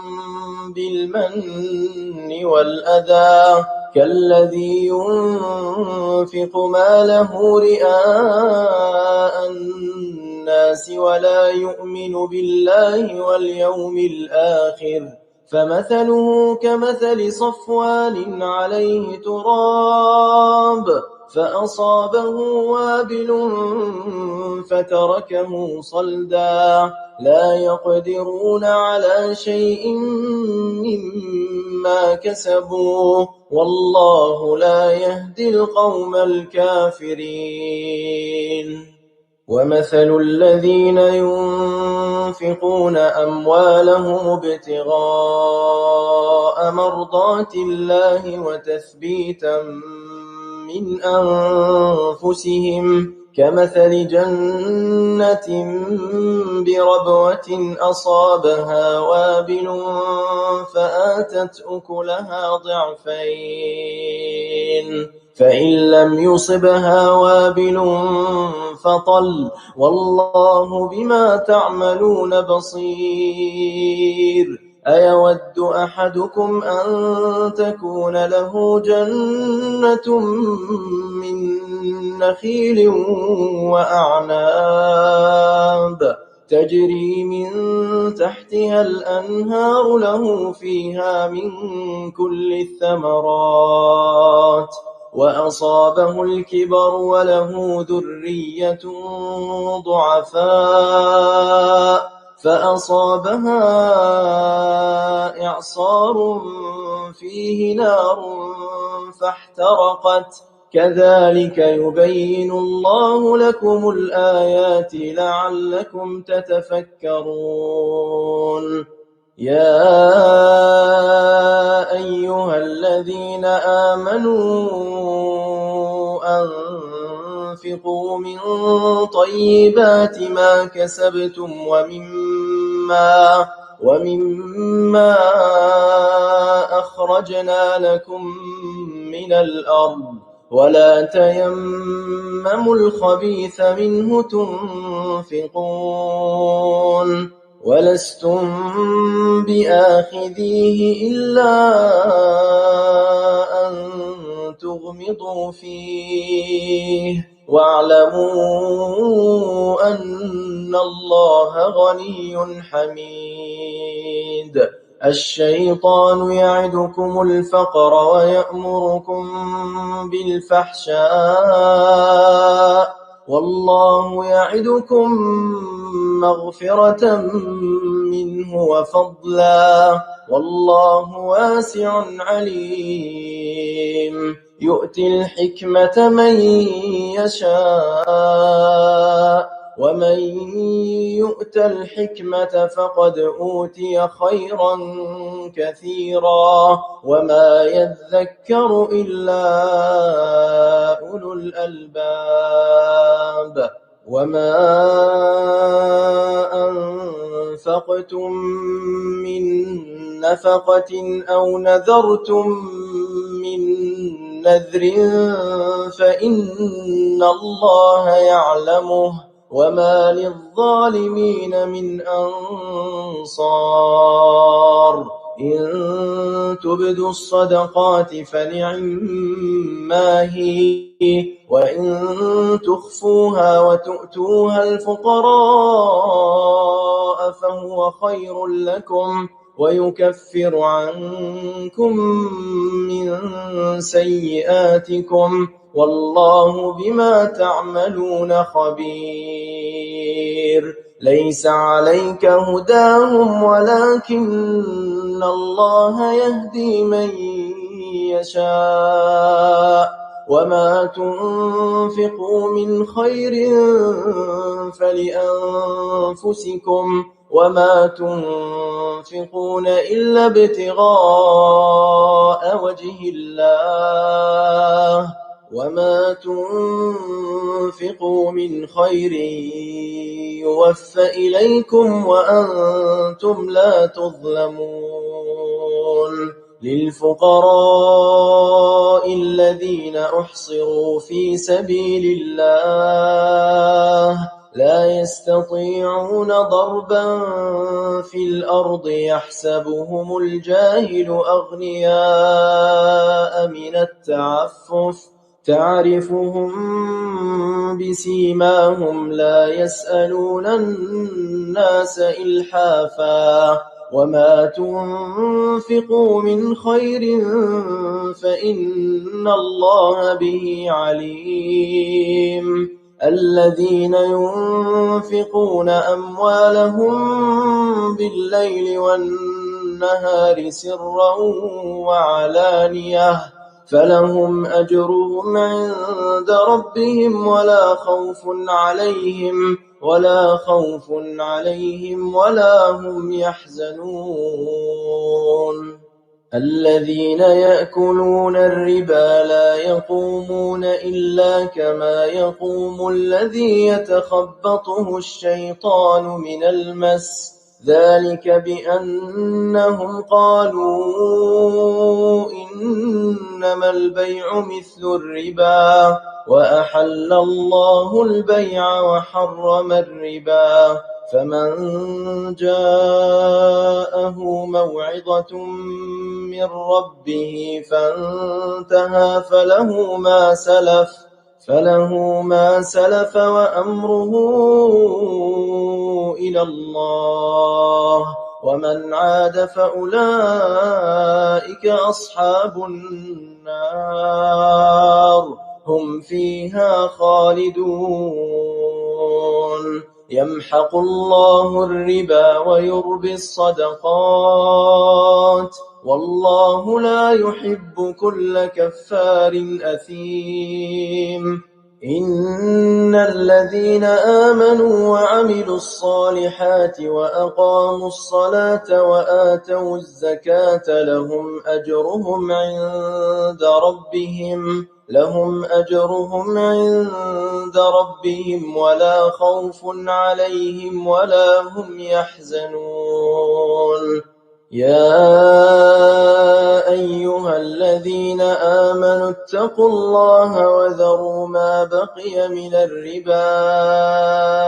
إن كنتم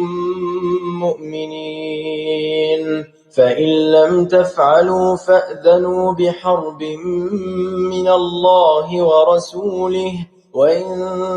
تبتم فلكم رؤوس أموالكم لا تظلمون ولا تظلمون وإن كان ذو عسرة فنظرة إلى ميسرة وأن تصدقوا خير لكم إن كنتم تعلمون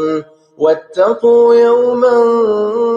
ترجعون فيه إلى الله ثم توفى كل نفس ما كسبت وهم لا يظلمون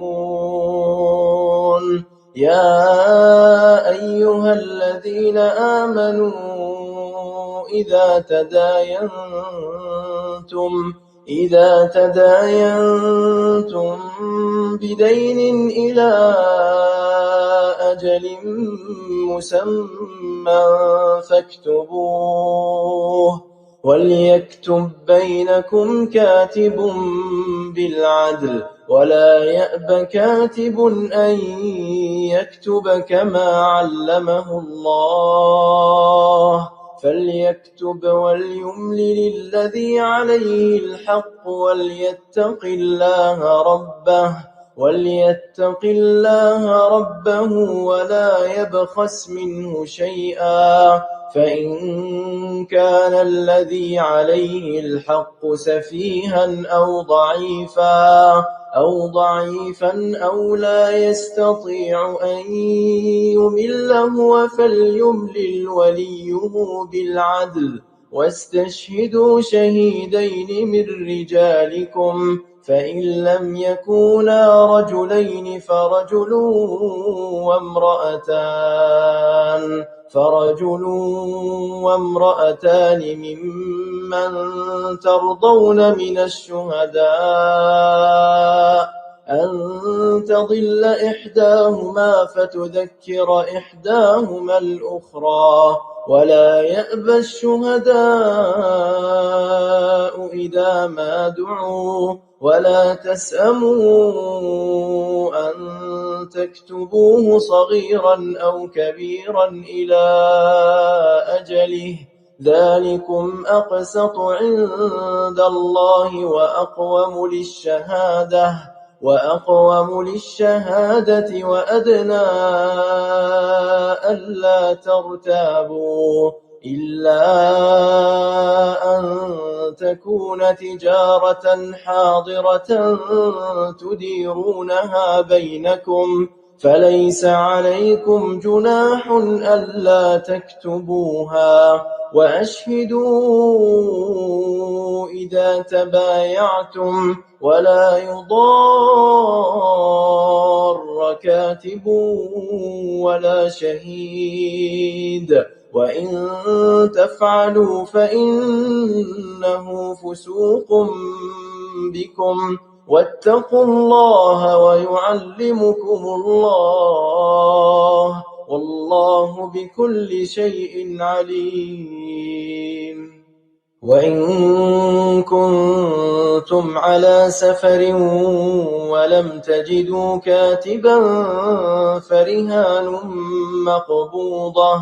فإن أمن بعضكم بعضا فليؤدي الذي اؤتمن أمانته وليتق الله ربه ولا تكتموا الشهادة ومن يكتمها فإنه آثم قلبه والله بما تعملون عليم. لله ما في السماوات وما في الأرض وإن تبدوا ما في أنفسكم أو تخفوه يحاسبكم به الله فيغفر لمن يشاء ويعذب من يشاء والله على كل شيء قدير. آمن الرسول بما أنزل إليه من ربه والمؤمنون كل آمن بالله وملائكته وكتبه ورسله لا نفرق بين أحد من رسله وقالوا سمعنا وأطعنا غفرانك ربنا وإليك المصير. لا يكلف الله نفسا إلا وسعها لها ما كسبت وعليها ما اكتسبت ربنا لا تؤاخذنا إن نسينا أو أخطأنا ربنا ولا تحمل علينا إصرا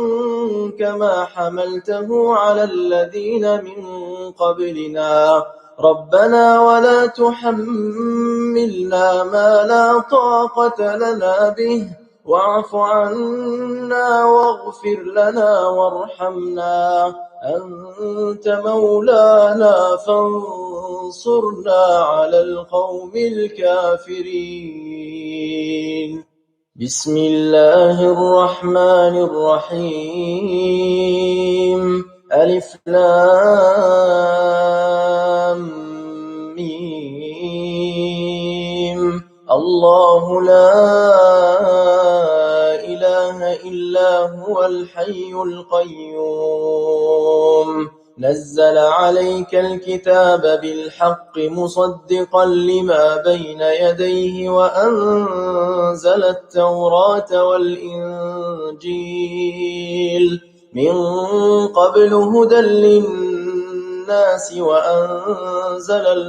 الفرقان إن الذين كفروا بآيات الله لهم عذاب شديد والله عزيز ذو انتقام إن الله لا يخفى عليه شيء في الأرض ولا في السماء هو الذي يصوركم في الأرحام كيف يشاء لا إله إلا هو العزيز الحكيم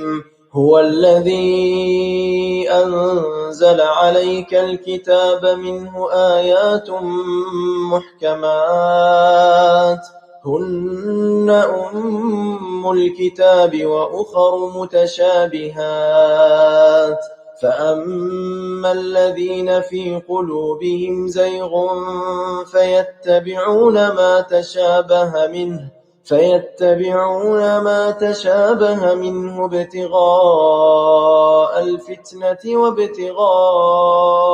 تأويله وما يعلم تأويله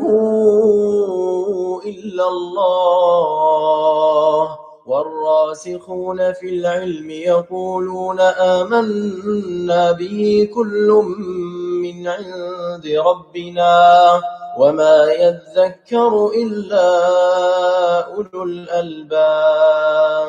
ربنا لا تزغ قلوبنا بعد إذ هديتنا وهب لنا من لدنك رحمة إنك أنت الوهاب ربنا إنك جامع الناس ليوم لا ريب فيه إن الله لا يخلف الميعاد إن الذين كفروا لن تغني عنهم أموالهم ولا أولادهم من الله شيئا وأولئك هم وقود النار كدأب آل فرعون والذين من قبلهم كذبوا بآياتنا فأخذهم الله بذنوبهم والله شديد العقاب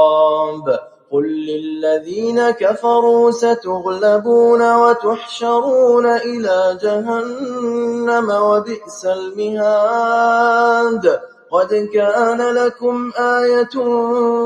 في فئتين التقتا فئة تقاتل في سبيل الله وأخرى كافرة يرونهم مثليهم رأي العين والله يؤيد بنصره من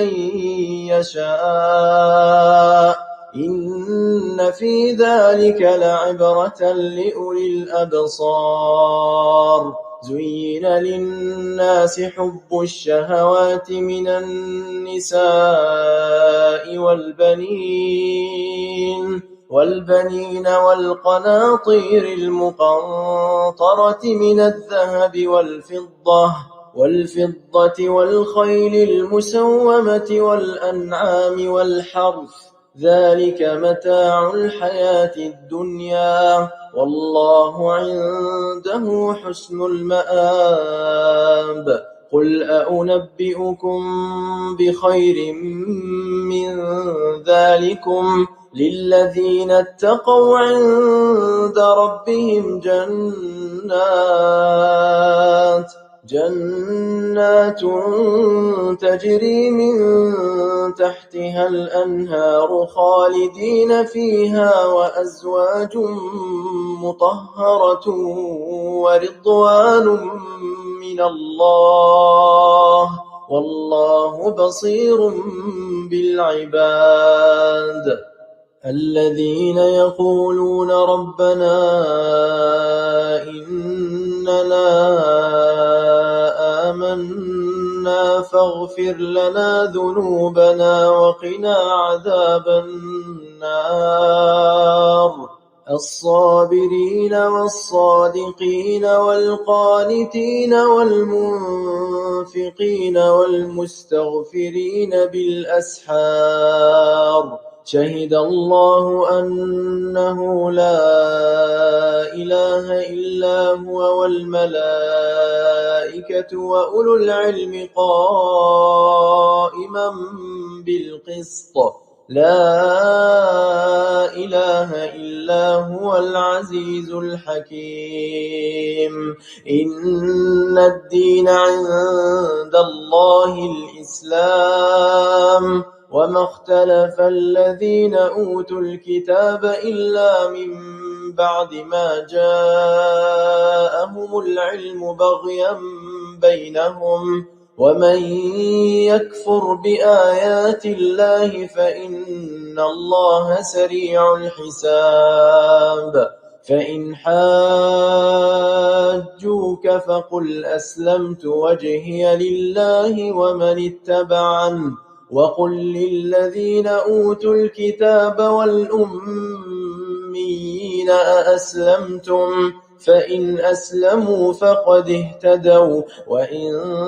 تولوا فإنما عليك البلاغ والله بصير بالعباد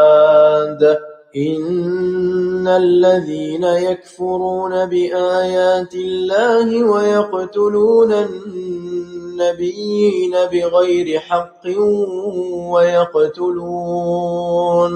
ويقتلون الذين يأمرون بالقسط من الناس فبشرهم بعذاب أليم أولئك الذين حبطت أعمالهم في الدنيا والآخرة وما لهم من ناصرين ألم تر إلى الذين أوتوا نصيبا من الكتاب يدعون إلى كتاب الله ليحكم بينهم ثم يتولى فريق منهم وهم معرضون ذلك بأنهم قالوا لن تمسنا النار إلا أياما معدودات وغرهم في دينهم ما كانوا يفترون فكيف إذا جمعناهم ليوم لا ريب فيه ووفيت كل نفس ما كسبت وهم لا يظلمون قل اللهم مالك الملك تؤتي الملك من تشاء وتنزع الملك ممن تشاء وتعز من تشاء وتذل من تشاء بيدك الخير إنك على كل شيء قدير تولج الليل في النهار وتولج النهار في الليل وتخرج الحي من الميت وتخرج الميت من الحي وترزق من تشاء بغير حساب لا يتخذ المؤمنون الكافرين أولياء من دون المؤمنين ومن يفعل ذلك فليس من الله في شيء إلا أن تتقوا منهم تقاه ويحذركم الله نفسه وإلى الله المصير قل إن تخفوا ما في صدوركم أو تبدوه يعلمه الله ويعلم ما في السماوات وما في الأرض والله على كل شيء قدير يوم تجد كل نفس ما عملت من خير محضرا وما عملت من سوء تود لو أن بينها وبينه أمدا بعيدا ويحذركم الله نفسه والله رؤوف بالعباد قل إن كنتم تحبون الله فاتبعوني يحببكم الله ويغفر لكم ذنوبكم والله غفور رحيم قل أطيعوا الله والرسول فإن تولوا فإن الله لا يحب الكافرين إن الله اصطفى آدم ونوحا وآل إبراهيم وآل عمران على العالمين ذرية بعضها من بعض والله سميع عليم إذ قالت امرأة عمران رب إني نذرت لك ما في بطني محررا فتقبل مني إنك أنت السميع العليم فلما وضعتها قالت رب إني وضعتها أنثى والله أعلم بما وضعت وليس الذكر كالأنثى وإني سميتها مريم وإني أعيذها بك وذريتها من الشيطان الرجيم فتقبلها ربها بقبول حسن وأنبتها نباتا حسنا وكفلها زكريا كلما دخل عليها زكريا المحراب وجد عندها رزقا قال يا مريم أنى لك هذا قالت هو من عند الله إن الله يرزق من يشاء بغير حساب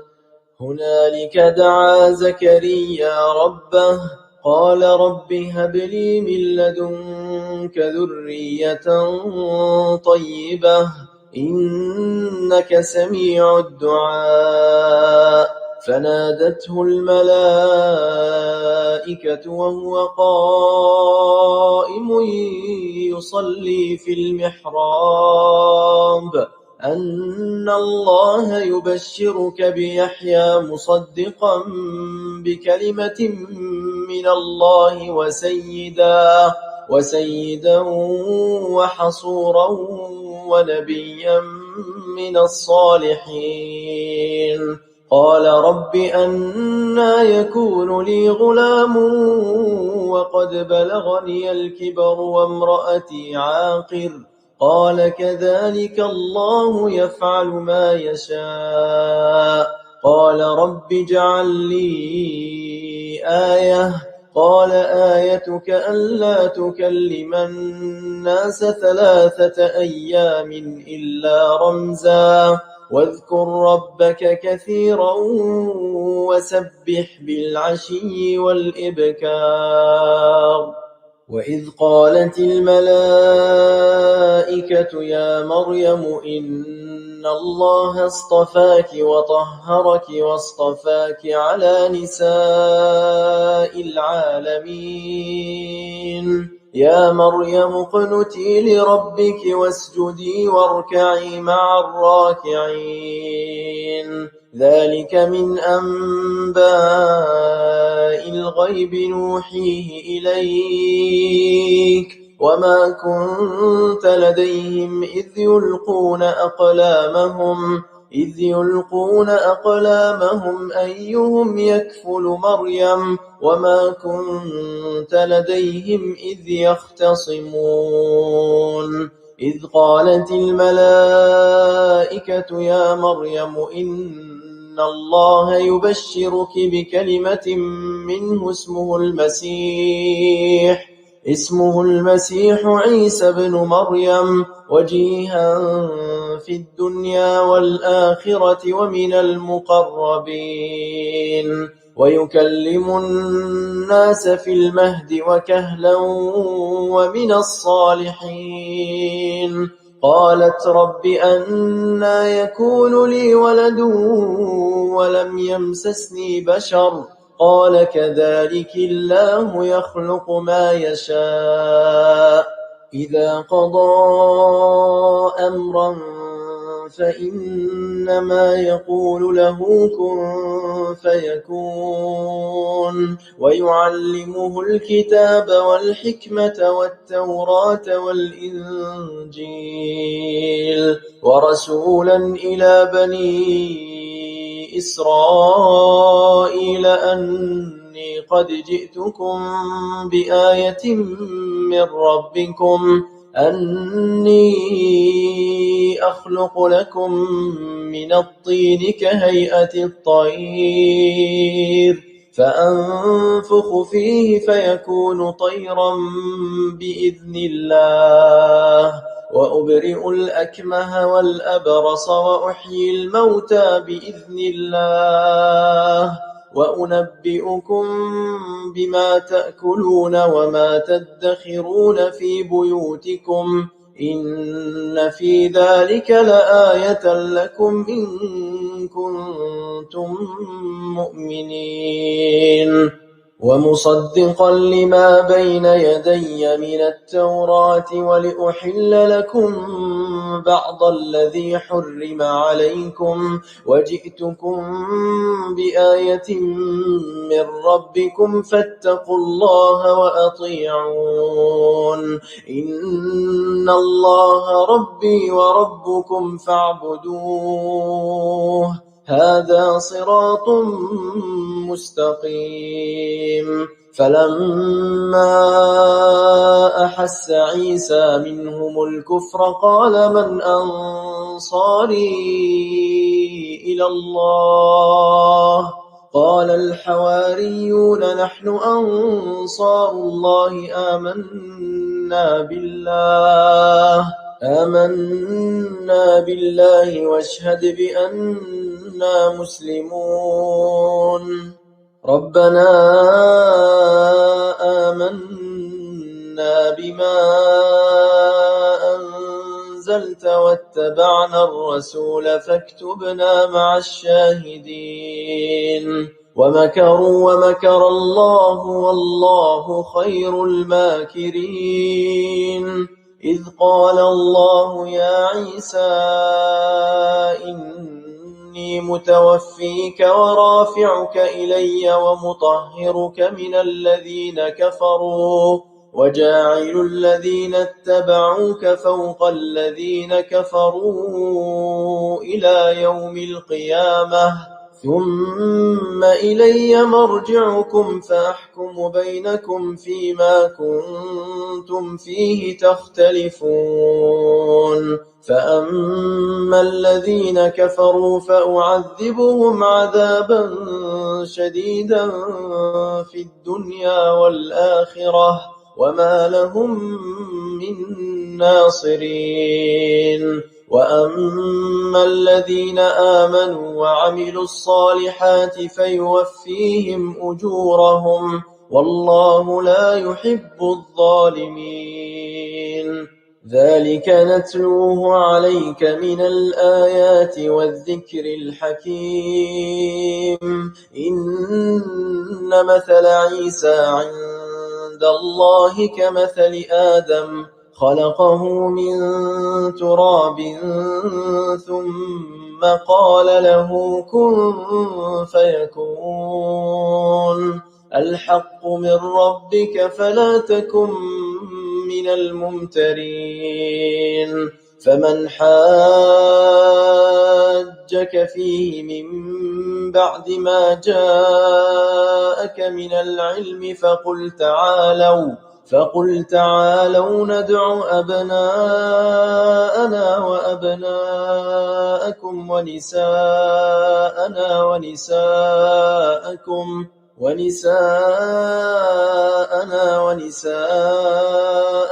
وأنفسنا وأنفسكم ثم نبتهل فنجعل لعنة الله على الكاذبين إن هذا لهو القصص الحق وما من إله إلا الله وإن الله لهو العزيز الحكيم فإن تولوا فإن الله عليم بالمفسدين قل يا أهل الكتاب تعالوا إلى كلمة سواء بيننا وبينكم ألا نعبد إلا الله ألا نعبد إلا الله ولا نشرك به شيئا ولا يتخذ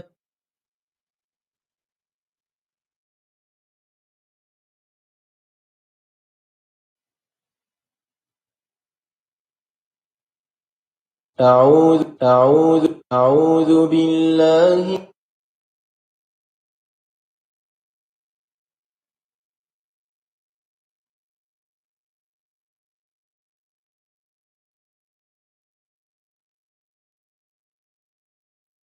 من الشيطان الرجيم. بسم الله الرحمن الرحيم. الحمد لله رب العالمين الرحمن الرحيم مالك يوم الدين إياك نعبد وإياك نستعين اهدنا الصراط المستقيم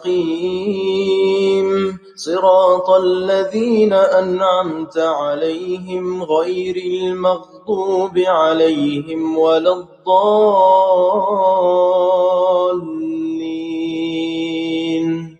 بسم الله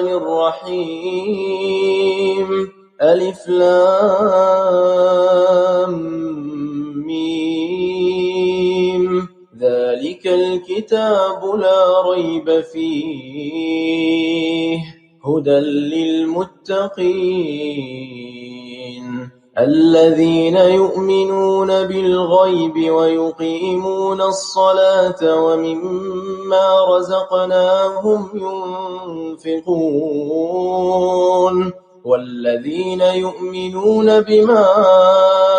أنزل إليك وما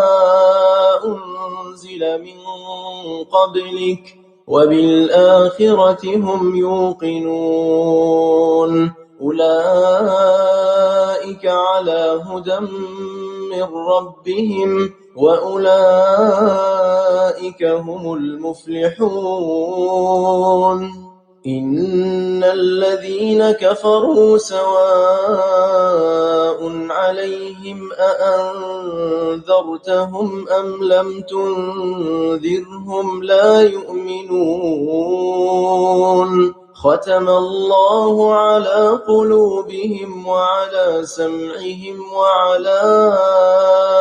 أبصارهم غشاوة ولهم عذاب عظيم. ومن الناس من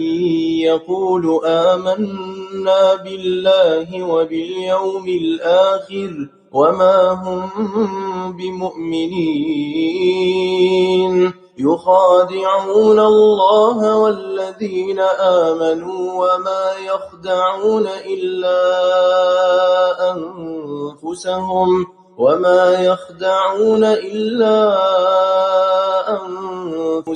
وما يشعرون في قلوبهم مرض فزادهم الله مرضا ولهم عذاب أليم بما كانوا يكذبون. وإذا قيل لهم لا تفسدوا في الأرض قالوا إنما نحن مصلحون ألا إنهم هم المفسدون ولكن لا يشعرون. وإذا قيل لهم آمنوا كما آمن الناس قالوا أنؤمن كما آمن السفهاء ألا إنهم هم السفهاء ولكن لا يعلمون. وإذا لقوا الذين آمنوا قالوا آمنا وإذا خلوا إلى شياطينهم قالوا إنا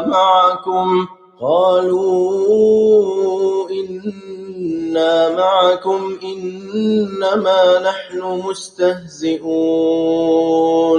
الله يستهزئ بهم ويمدهم في طغيانهم يعمهون أولئك الذين اشتروا الضلالة بالهدى فما ربحت تجارتهم وما كانوا مهتدين مثلهم كمثل الذي استوقد نارا فلما أضاءت ما حوله ذهب الله بنورهم وتركهم في ظلمات لا يبصرون صم عمي فهم لا يرجعون أو كصيب من السماء فيه ظلمات ورعد وبرق يجعلون أصابعهم في آذانهم من الصواعق حذر الموت والله محيط بالكافرين يكاد البرق يخطف أبصارهم كلما أضاء لهم مشوا فيه وإذا أظلم عليهم قاموا ولو شاء الله لذهب بسمعهم وأبصارهم إن الله على كل شيء قدير يا أيها الناس اعبدوا ربكم الذي خلقكم والذين من قبلكم لعلكم تتقون الذي جعل لكم الأرض فراشا والسماء بناء وأنزل من السماء ماء فأخرج به من الثمرات رزقا لكم فلا تجعلوا لله أندادا وأنتم تعلمون وإن كنتم في ريب مما نزلنا على عبدنا فأتوا بسورة من مثله وادعوا شهداءكم من دون الله إن كنتم صادقين فإن لم تفعلوا ولن تفعلوا فاتقوا النار التي وقودها الناس والحجارة أعدت للكافرين وبشر الذين آمنوا وعملوا الصالحات أن لهم جنات تجري من تحت أنهار كلما رزقوا منها من ثمرة رزقا قالوا هذا الذي رزقنا من قبل وأتوا به متشابها ولهم فيها أزواج مطهرة وهم فيها خالدون إن الله لا يستحيي أن يضرب مثلا ما بعوضة فما فوقها فأما الذين آمنوا فيعلمون أنه الحق من ربهم وأما الذين كفروا فيقولون ماذا أراد الله بهذا مثلا يضل به كثيرا ويهدي به كثيرا وما يضل به إلا الفاسقين الذين ينقضون عهد الله من بعد ميثاقه ويقطعون ما أمر الله به أن يوصل ويفسدون في الأرض أولئك هم الخاسرون كيف تكفرون بالله وكنتم أمواتا فأحياكم ثم يميتكم ثم يحييكم ثم إليه ترجعون هو الذي خلق لكم ما في الأرض جميعا ثم استوى إلى السماء فسواهن 7 سماوات وهو بكل شيء عليم وإذ قال ربك للملائكة إني جاعل في الأرض خليفة قالوا أتجعل فيها من يفسد فيها ويسفك الدماء ونحن نسبح بحمدك ونقدس لك قال إني أعلم ما لا تعلمون وعلم آدم الأسماء كلها ثم عرضهم على الملائكة فقال أنبئوني بأسماء هؤلاء إن كنتم صادقين قالوا سبحانك لا علم لنا إلا ما علمتنا إنك أنت العليم الحكيم قال يا آدم أنبئهم بأسمائهم فلما أنبأهم بأسمائهم قال ألم أقل لكم إني أعلم غيب السماوات والأرض وأعلم ما تبدون وما كنتم تكتمون وإذ قلنا للملائكة اسجدوا لآدم فسجدوا إلا إبليس أبى واستكبر وكان من الكافرين وقلنا يا آدم اسكن أنت وزوجك الجنة وكلا منها رغدا حيث شئتما ولا تقربا هذه الشجرة فتكونا من الظالمين فأزلهما الشيطان عنها فأخرجهما مما كانا فيه وقلنا اهبطوا بعضكم لبعض عدو ولكم في الأرض مستقر ومتاع إلى حين فتلقى آدم من ربه كلمات فتاب عليه إنه هو التواب الرحيم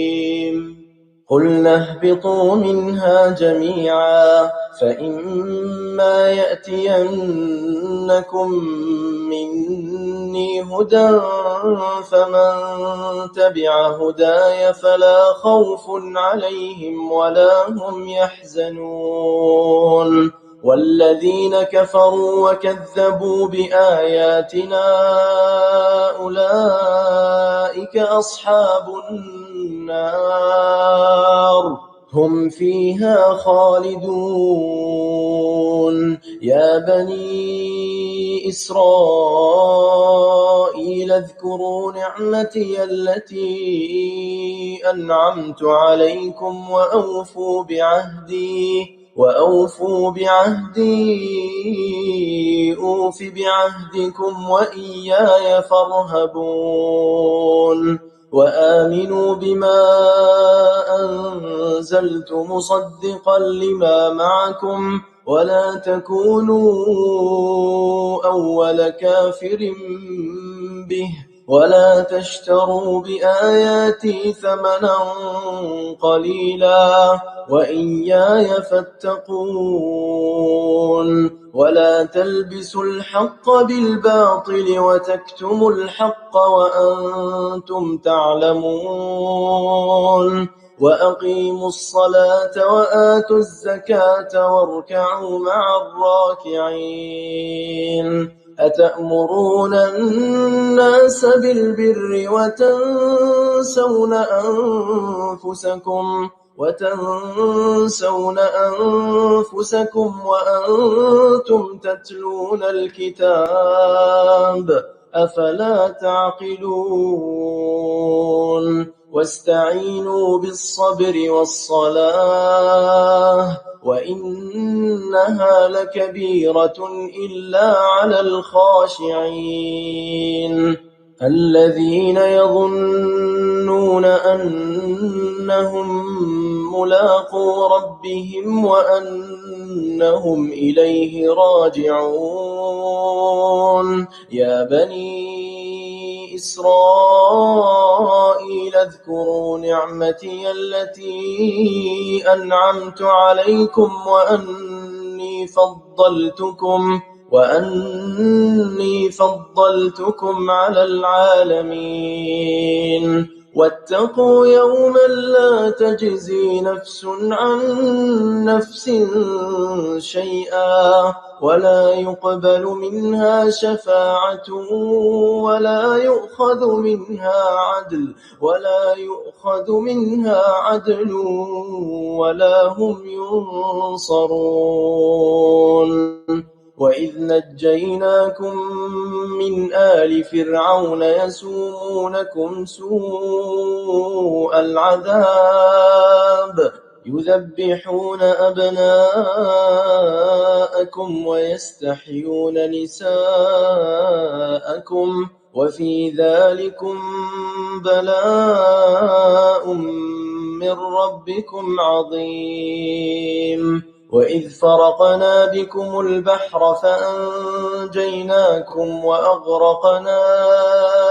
آل فرعون وأنتم تنظرون وإذ واعدنا موسى 40 ليلة ثم اتخذتم العجل من بعده وأنتم ظالمون ثم عفونا عنكم من بعد ذلك لعلكم تشكرون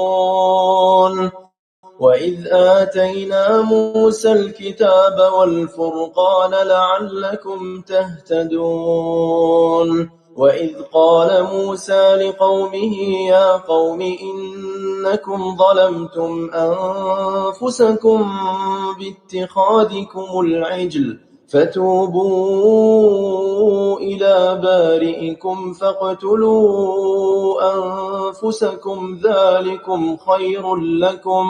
ذلكم خير لكم عند بارئكم فتاب عليكم إنه هو التواب الرحيم وإذ قلتم يا موسى لن نؤمن لك حتى نرى الله جهرة فأخذتكم الصاعقة وأنتم تنظرون ثم بعثناكم من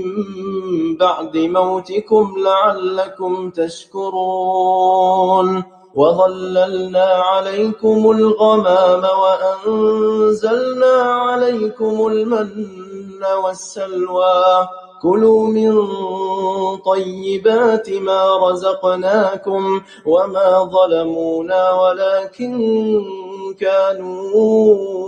أنفسهم يظلمون وإذ قلنا ادخلوا هذه القرية فكلوا منها حيث شئتم رغدا وادخلوا الباب سجدا وقولوا حطة نغفر لكم خطاياكم وسنزيد المحسنين فبدل الذين ظلموا قولا غير الذي قيل لهم فأنزلنا على الذين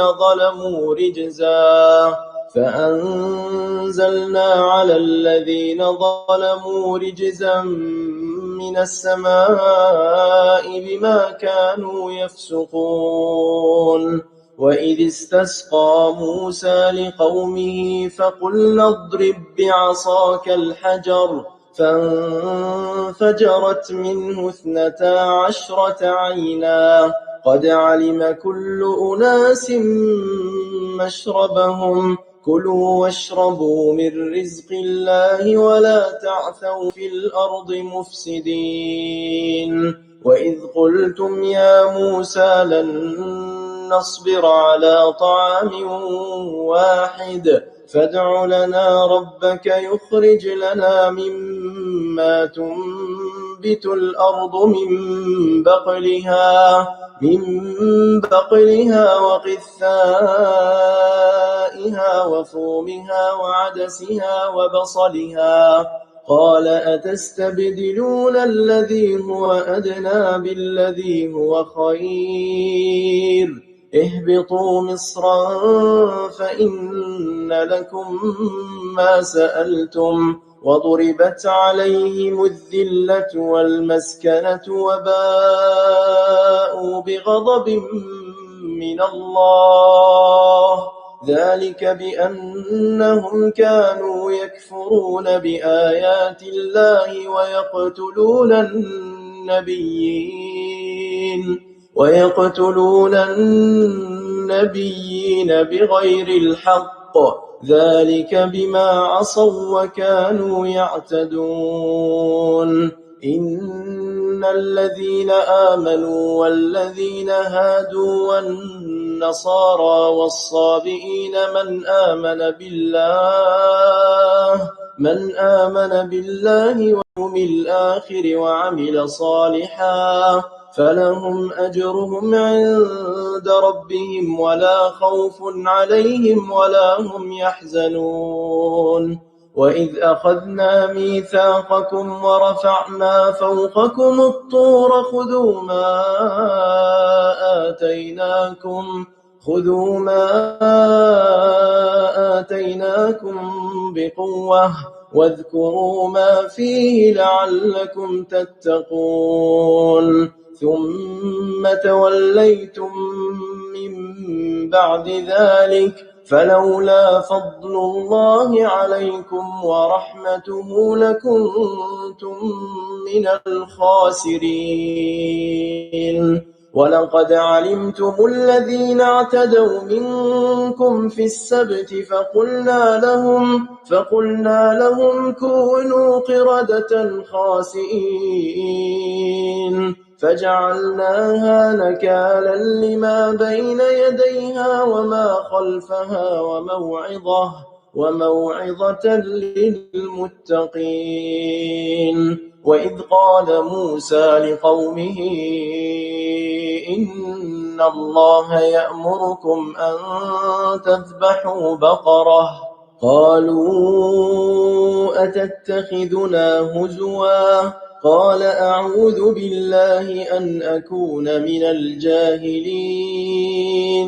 قالوا ادع لنا ربك يبين لنا ما هي قال إنه يقول إنها بقرة لا فارض ولا بكر عوان بين ذلك فافعلوا ما تؤمرون قالوا ادع لنا ربك يبين لنا ما لونها قال إنه يقول إنها بقرة صفراء فاقع لونها تسر